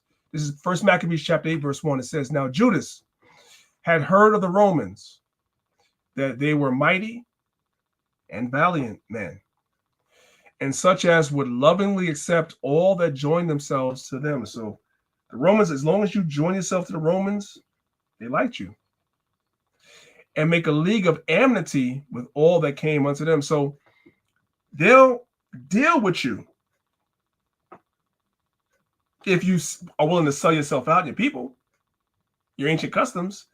They'll deal with you. They'll lovingly accept you if you join yourself to them. And joining yourself to them means joining yourself to them and all that comes with them, including the depravity. Let's jump down to verse number 13. Also, that whom they would help to a kingdom. So the Romans, if they wanted a certain person to be in charge of a certain kingdom, because that person would join themselves to them and follow after them, the Romans would help that person get to power in that kingdom. That's what they would do. Watch this. And whom again they displace, meaning if there's somebody that's ruling in the nation that they don't like, because this person is not joining himself to Rome, he's not following behind the Romans, he's not, open to Roman philosophy and all that comes with it. Yeah, we have to get that guy out of here. We got to remove him from power. Finally, they are great exalted. So this is how the Romans ruled, right? In ancient times. Well, what if I told you guys that's still going on in America today? Here we have a CIA whistleblower named John Stockwell. He's going to tell you that the same thing the Romans were doing in ancient time is what they're doing now. Let's listen to him. We've set out to overthrow functioning constitutional democracies in over 20 countries. That's verse 13, ain't it? And whom again they displace. That's what the Romans did. Where do you guys think America gets it from? We've set out to overthrow functioning constitutional democracies in over 20 countries. We manipulated elections in dozens of countries. We created standing armies and directed them to fight. So I want you guys to put all the pieces of the lesson together. The CIA is doing the same thing the ancient Romans are doing. It's the same thing we saw in the video where we said all the problems in the world are related to the British. The white man goes around and he is the manufacturer of much, if not all, of the chaos you see in the world today. It's manufactured. It's made to be that way. Okay, now I'm gonna let it play now. We've set out to overthrow functioning constitutional democracies in over 20 countries. We manipulated elections in dozens of countries. We created standing armies and directed them to fight. We went after to organize ethnic minorities to encourage them to revolt. The first thing we did in Nicaragua was to go to the Mosquito Indians, who had never gotten along with the other people in Nicaragua very well, and give them more money than they had seen in the entirety of history, and arms and training and rationales and sanctuaries in Honduras, and sent them into Nicaragua to attack, kill, fight, rape, burn, pillage. That's the same thing the guy said the British were doing. Because America comes from Britain. So it's the same. It's Esau being Esau. Listen.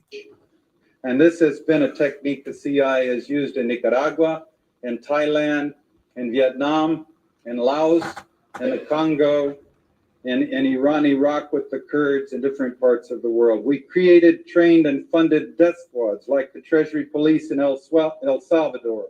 And we've assassinated world leaders, including the United States president in 1963. And I'll get to that in more detail in just a moment. You can never be sure how many people are killed in the jungles of Laos or the hills of Nicaragua, but adding them up as best we can, we come up with a figure of 6 million people killed, minimum figure. It has to be more than that. These things are all done in countries of the third world where the governments don't have the power to force the United States to stop destabilizing the country and brutalizing their people. So when somebody says the white man is not America is not Rome again. That's the same thing the Romans were doing. There's literally history repeating itself all over again. The CIA has been set up to go around the world and to cause a destabilization of structure. We together on that? Everybody's clear on that? The CIA has been created to go around the world and to destabilize what is structure. Now you might be saying to yourself, okay, I already knew that, priest. What does that have to do with anything that we're talking about today? That is a great question. So we're going to bring it back to black fatigue. How many brothers and sisters are familiar with or have ever heard of the movie called Kill the Messenger? If you guys have ever heard of the movie called Kill the Messenger, put 1 in the chat. If you've not heard of it, put 2. While you checking the chat, priest, it's funny when you was talking about black fatigue, right? And Esau said something to the effect like, "Oh, we white Americans, we white people, we have not been racist. We don't have a racist thought for the last 50 years." It's funny he said 50 years because all of the things that whistleblower, the CIA whistleblower, was saying happened 50 years prior, like what's going on and what happened in Nicaragua, El Salvador, Asia, the Caribbean. They was just running amok, killing people and overthrowing government. And he's like, "Oh, we ain't do nothing in the last 50 years." You know what I mean? So it's like they don't want to go too far back in the past because the evidence convicts them. So they try to sit in the sweet spot. Oh, in the last 30 to 40 years, we ain't really overthrow nobody. And even that's a lie. So they words tell on themselves. Con. So how many of you guys have seen this movie or heard this movie called Kill the Messenger? If you haven't, go check it out. Now remember, we're talking about black fatigue. So I know you guys are asking, what does this have to do with black fatigue? Remember, the white people said they're tired of the ratchet black people. Remember, we started off with the girls at the dad graduation. We started off with those girls at the other graduation. We already know this whole YN movement and the 304 movement and everything else that's going on with black people, the way we present ourselves to the world. People are tired of it. We as Israelites, we're tired of it too.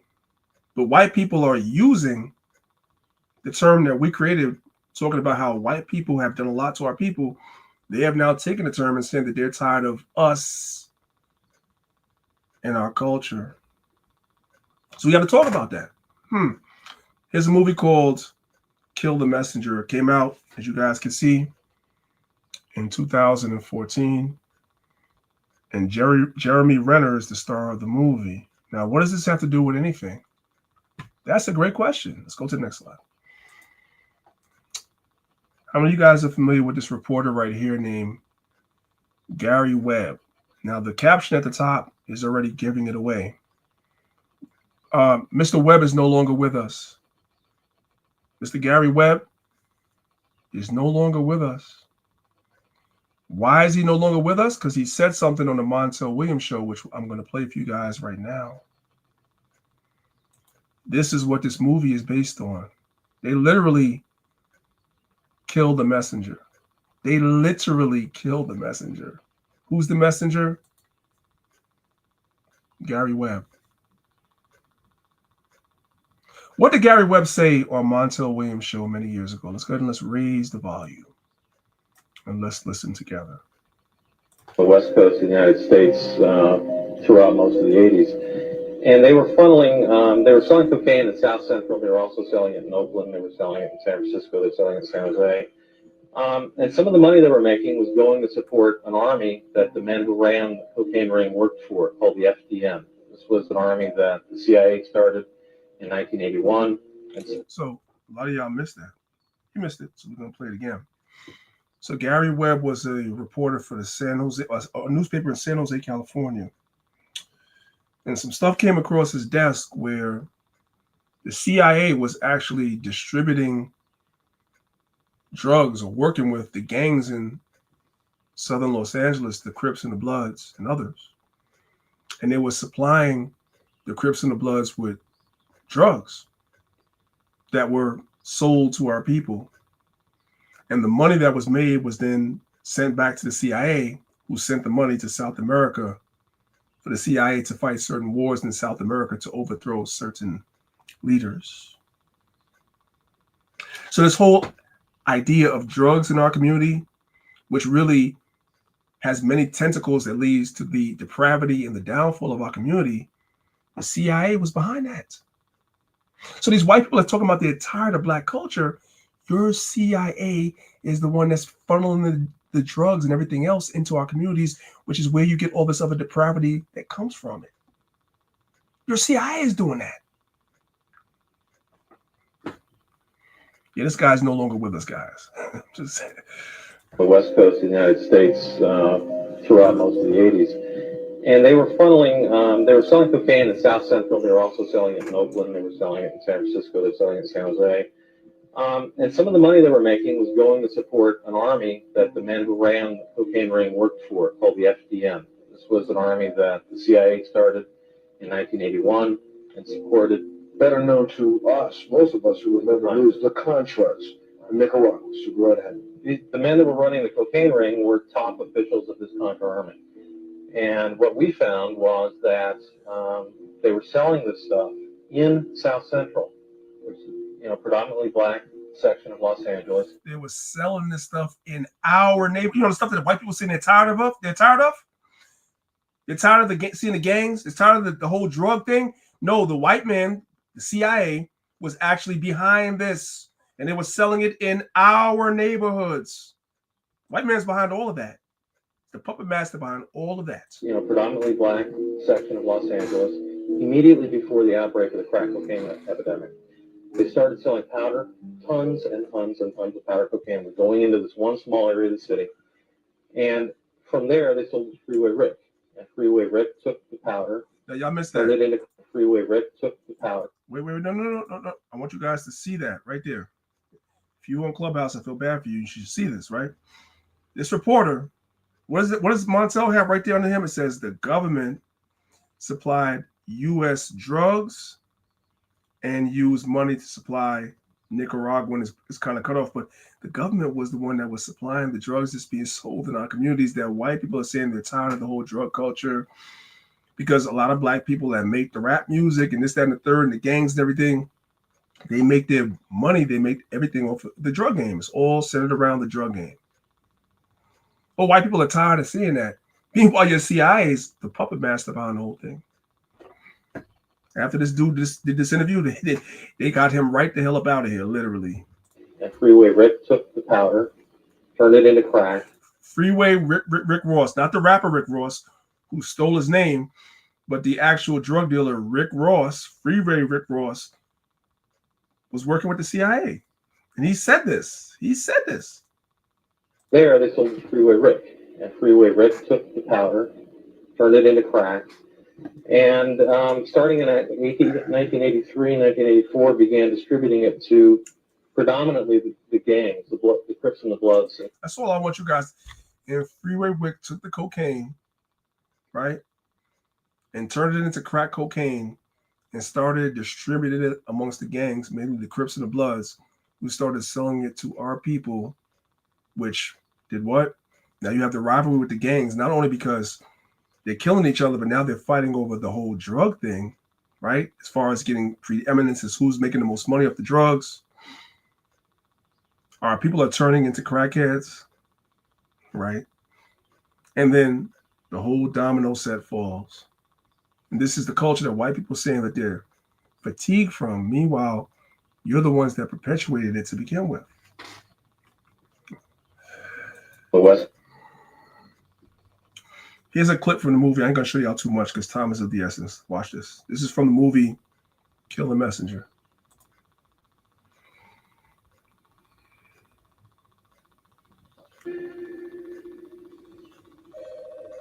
So this is Gary Webb right here. You know what?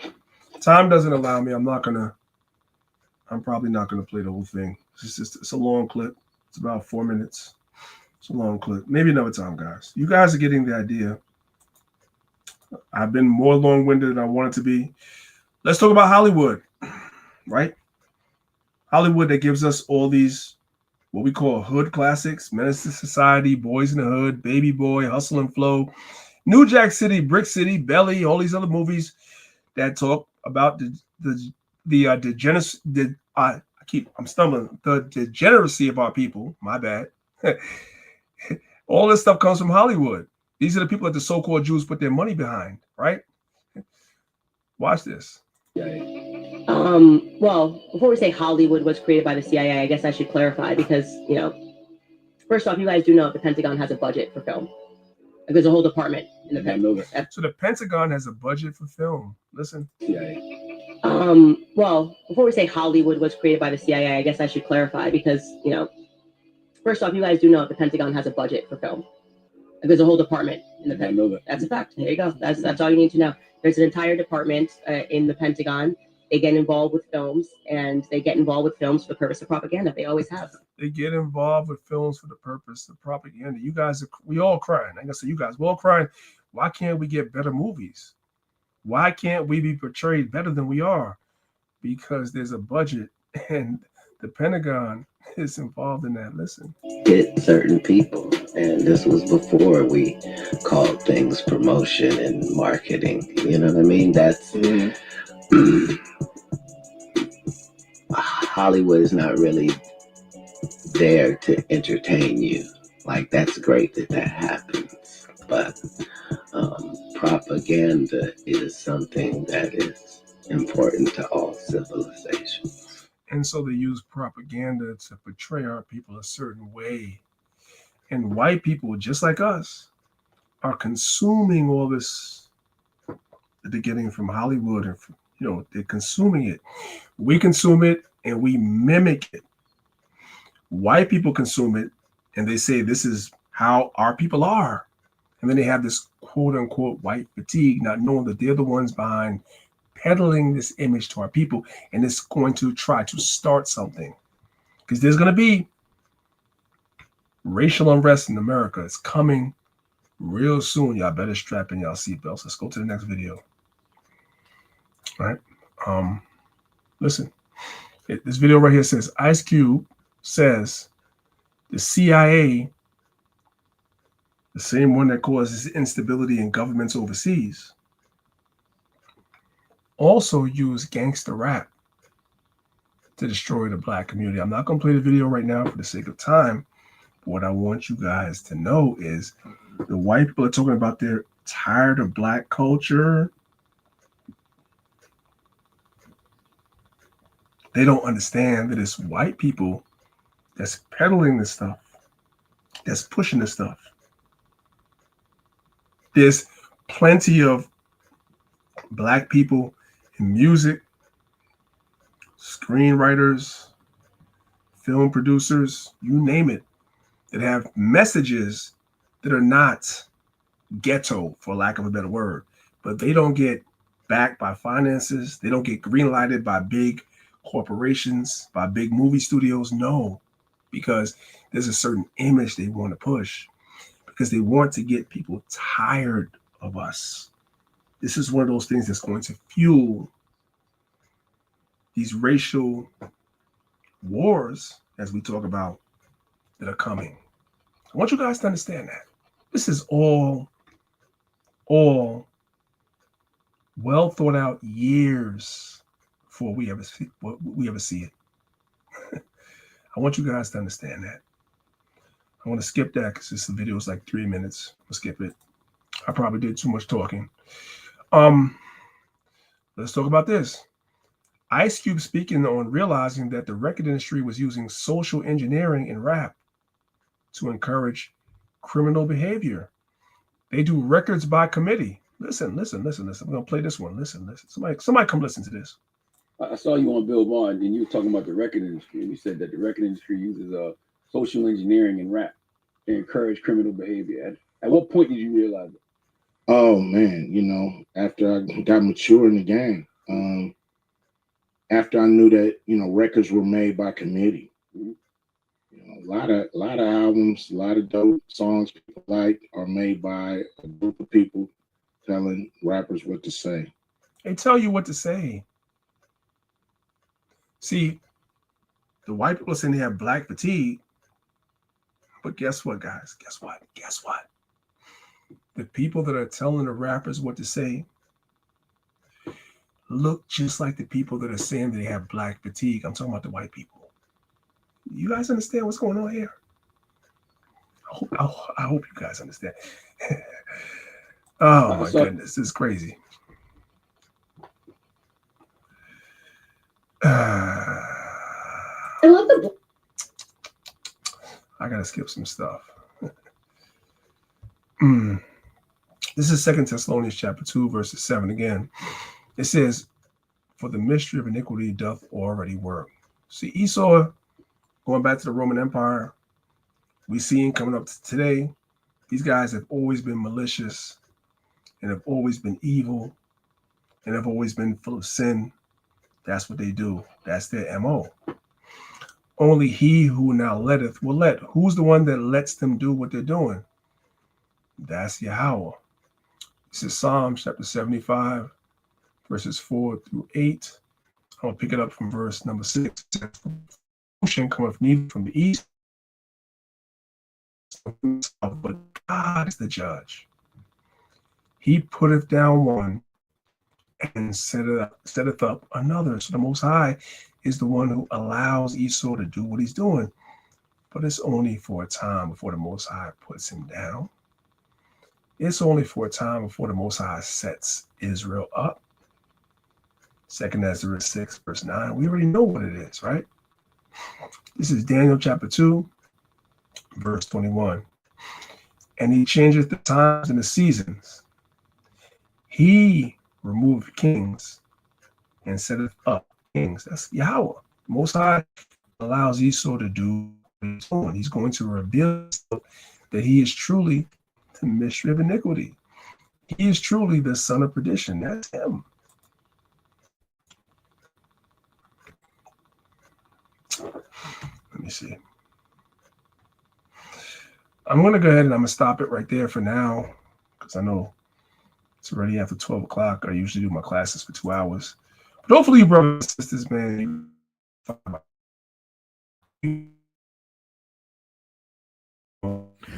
Hey, Priest, you starting to go in the Matrix, brother. I'm in the Matrix right now? No, you were, but it's kind of choppy in and out. But you For how sound long? good. Now, I'm just giving you the heads up now. You were like little seconds in and out. But people got the gist, though. All right. So the classmate sends guys, put one in the chat and let us know.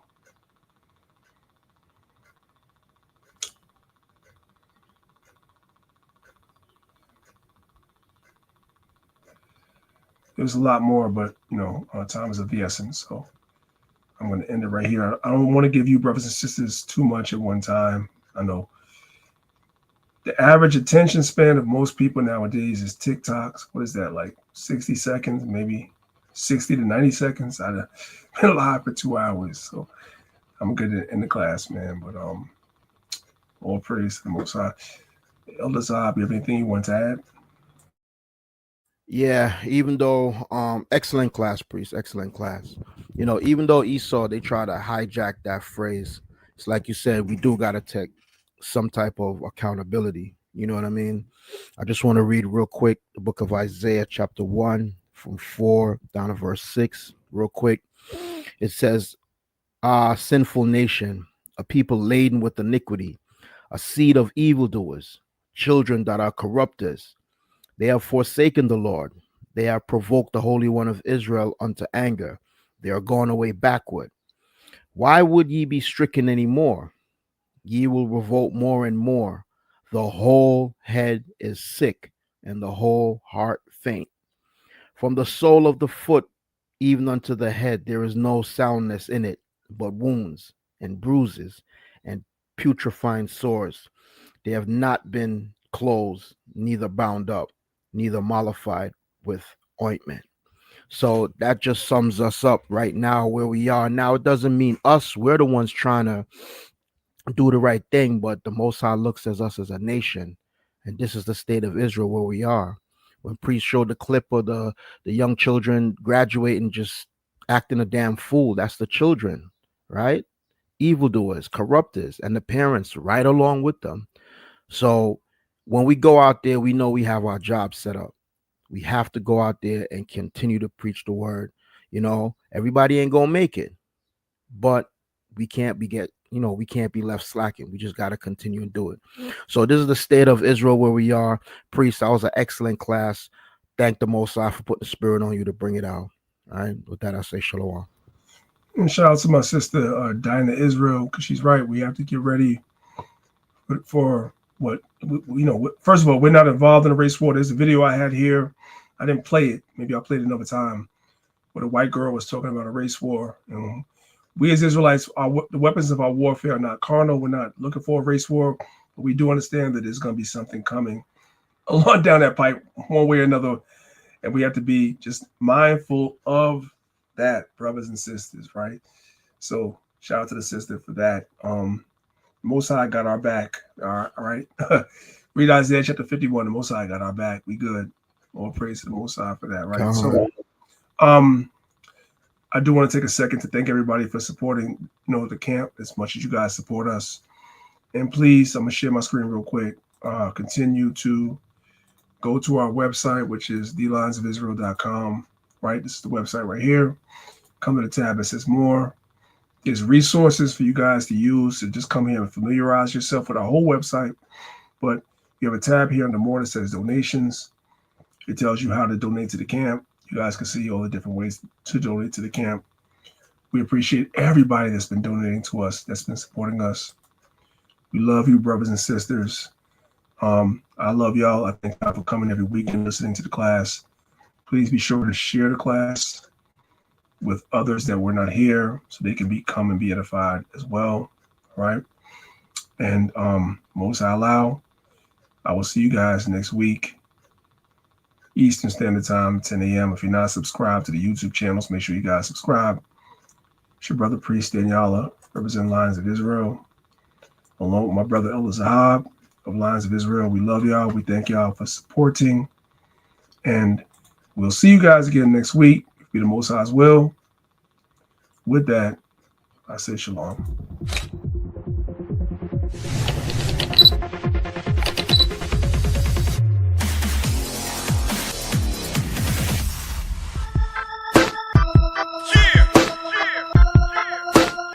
I'm telling Babylon. I'm telling Babylon.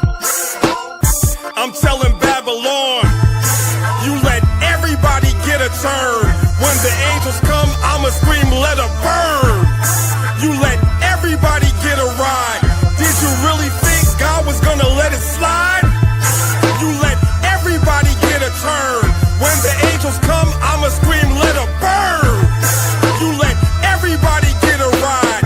Did you really think God was gonna let it slide? Her name is Babylon. I call her Babs for short. She has a lot of lovers. She lets them pass her port. She has a love affair with every foreign nation. She has a favorite wine. Its name is fornication. She has a purple robe. She has a pearly necklace. And if you worship Caesar, she'll give you worldly blessings. She's insatiable. She cannot hide her passion. Last week, somebody said she rides a dragon. I know it's crazy, but the question is why she had to put a crown upon its 7 heads. And it's even deeper. I had to peep the madness. She made war with the saints that tried to keep commandments. And since she killed the righteous and won't let me be, when she burns, it won't be from an STD. Bodies everywhere, both man and beast. And on that day, the birds are gonna have a feast. You let everybody get a turn. When the angels come, I'ma scream, let her burn. You let everybody get a ride. Did you really think God was gonna let it slide? You let everybody get a turn. When the angels come, I'ma scream, let her burn. You let everybody get a ride. Did you really think God was gonna let it slide? Show me the finest girl. Babs is just as pretty. Her name is Babylon. The girl is such a mystery. Yeah, she's been that way since we were little kids.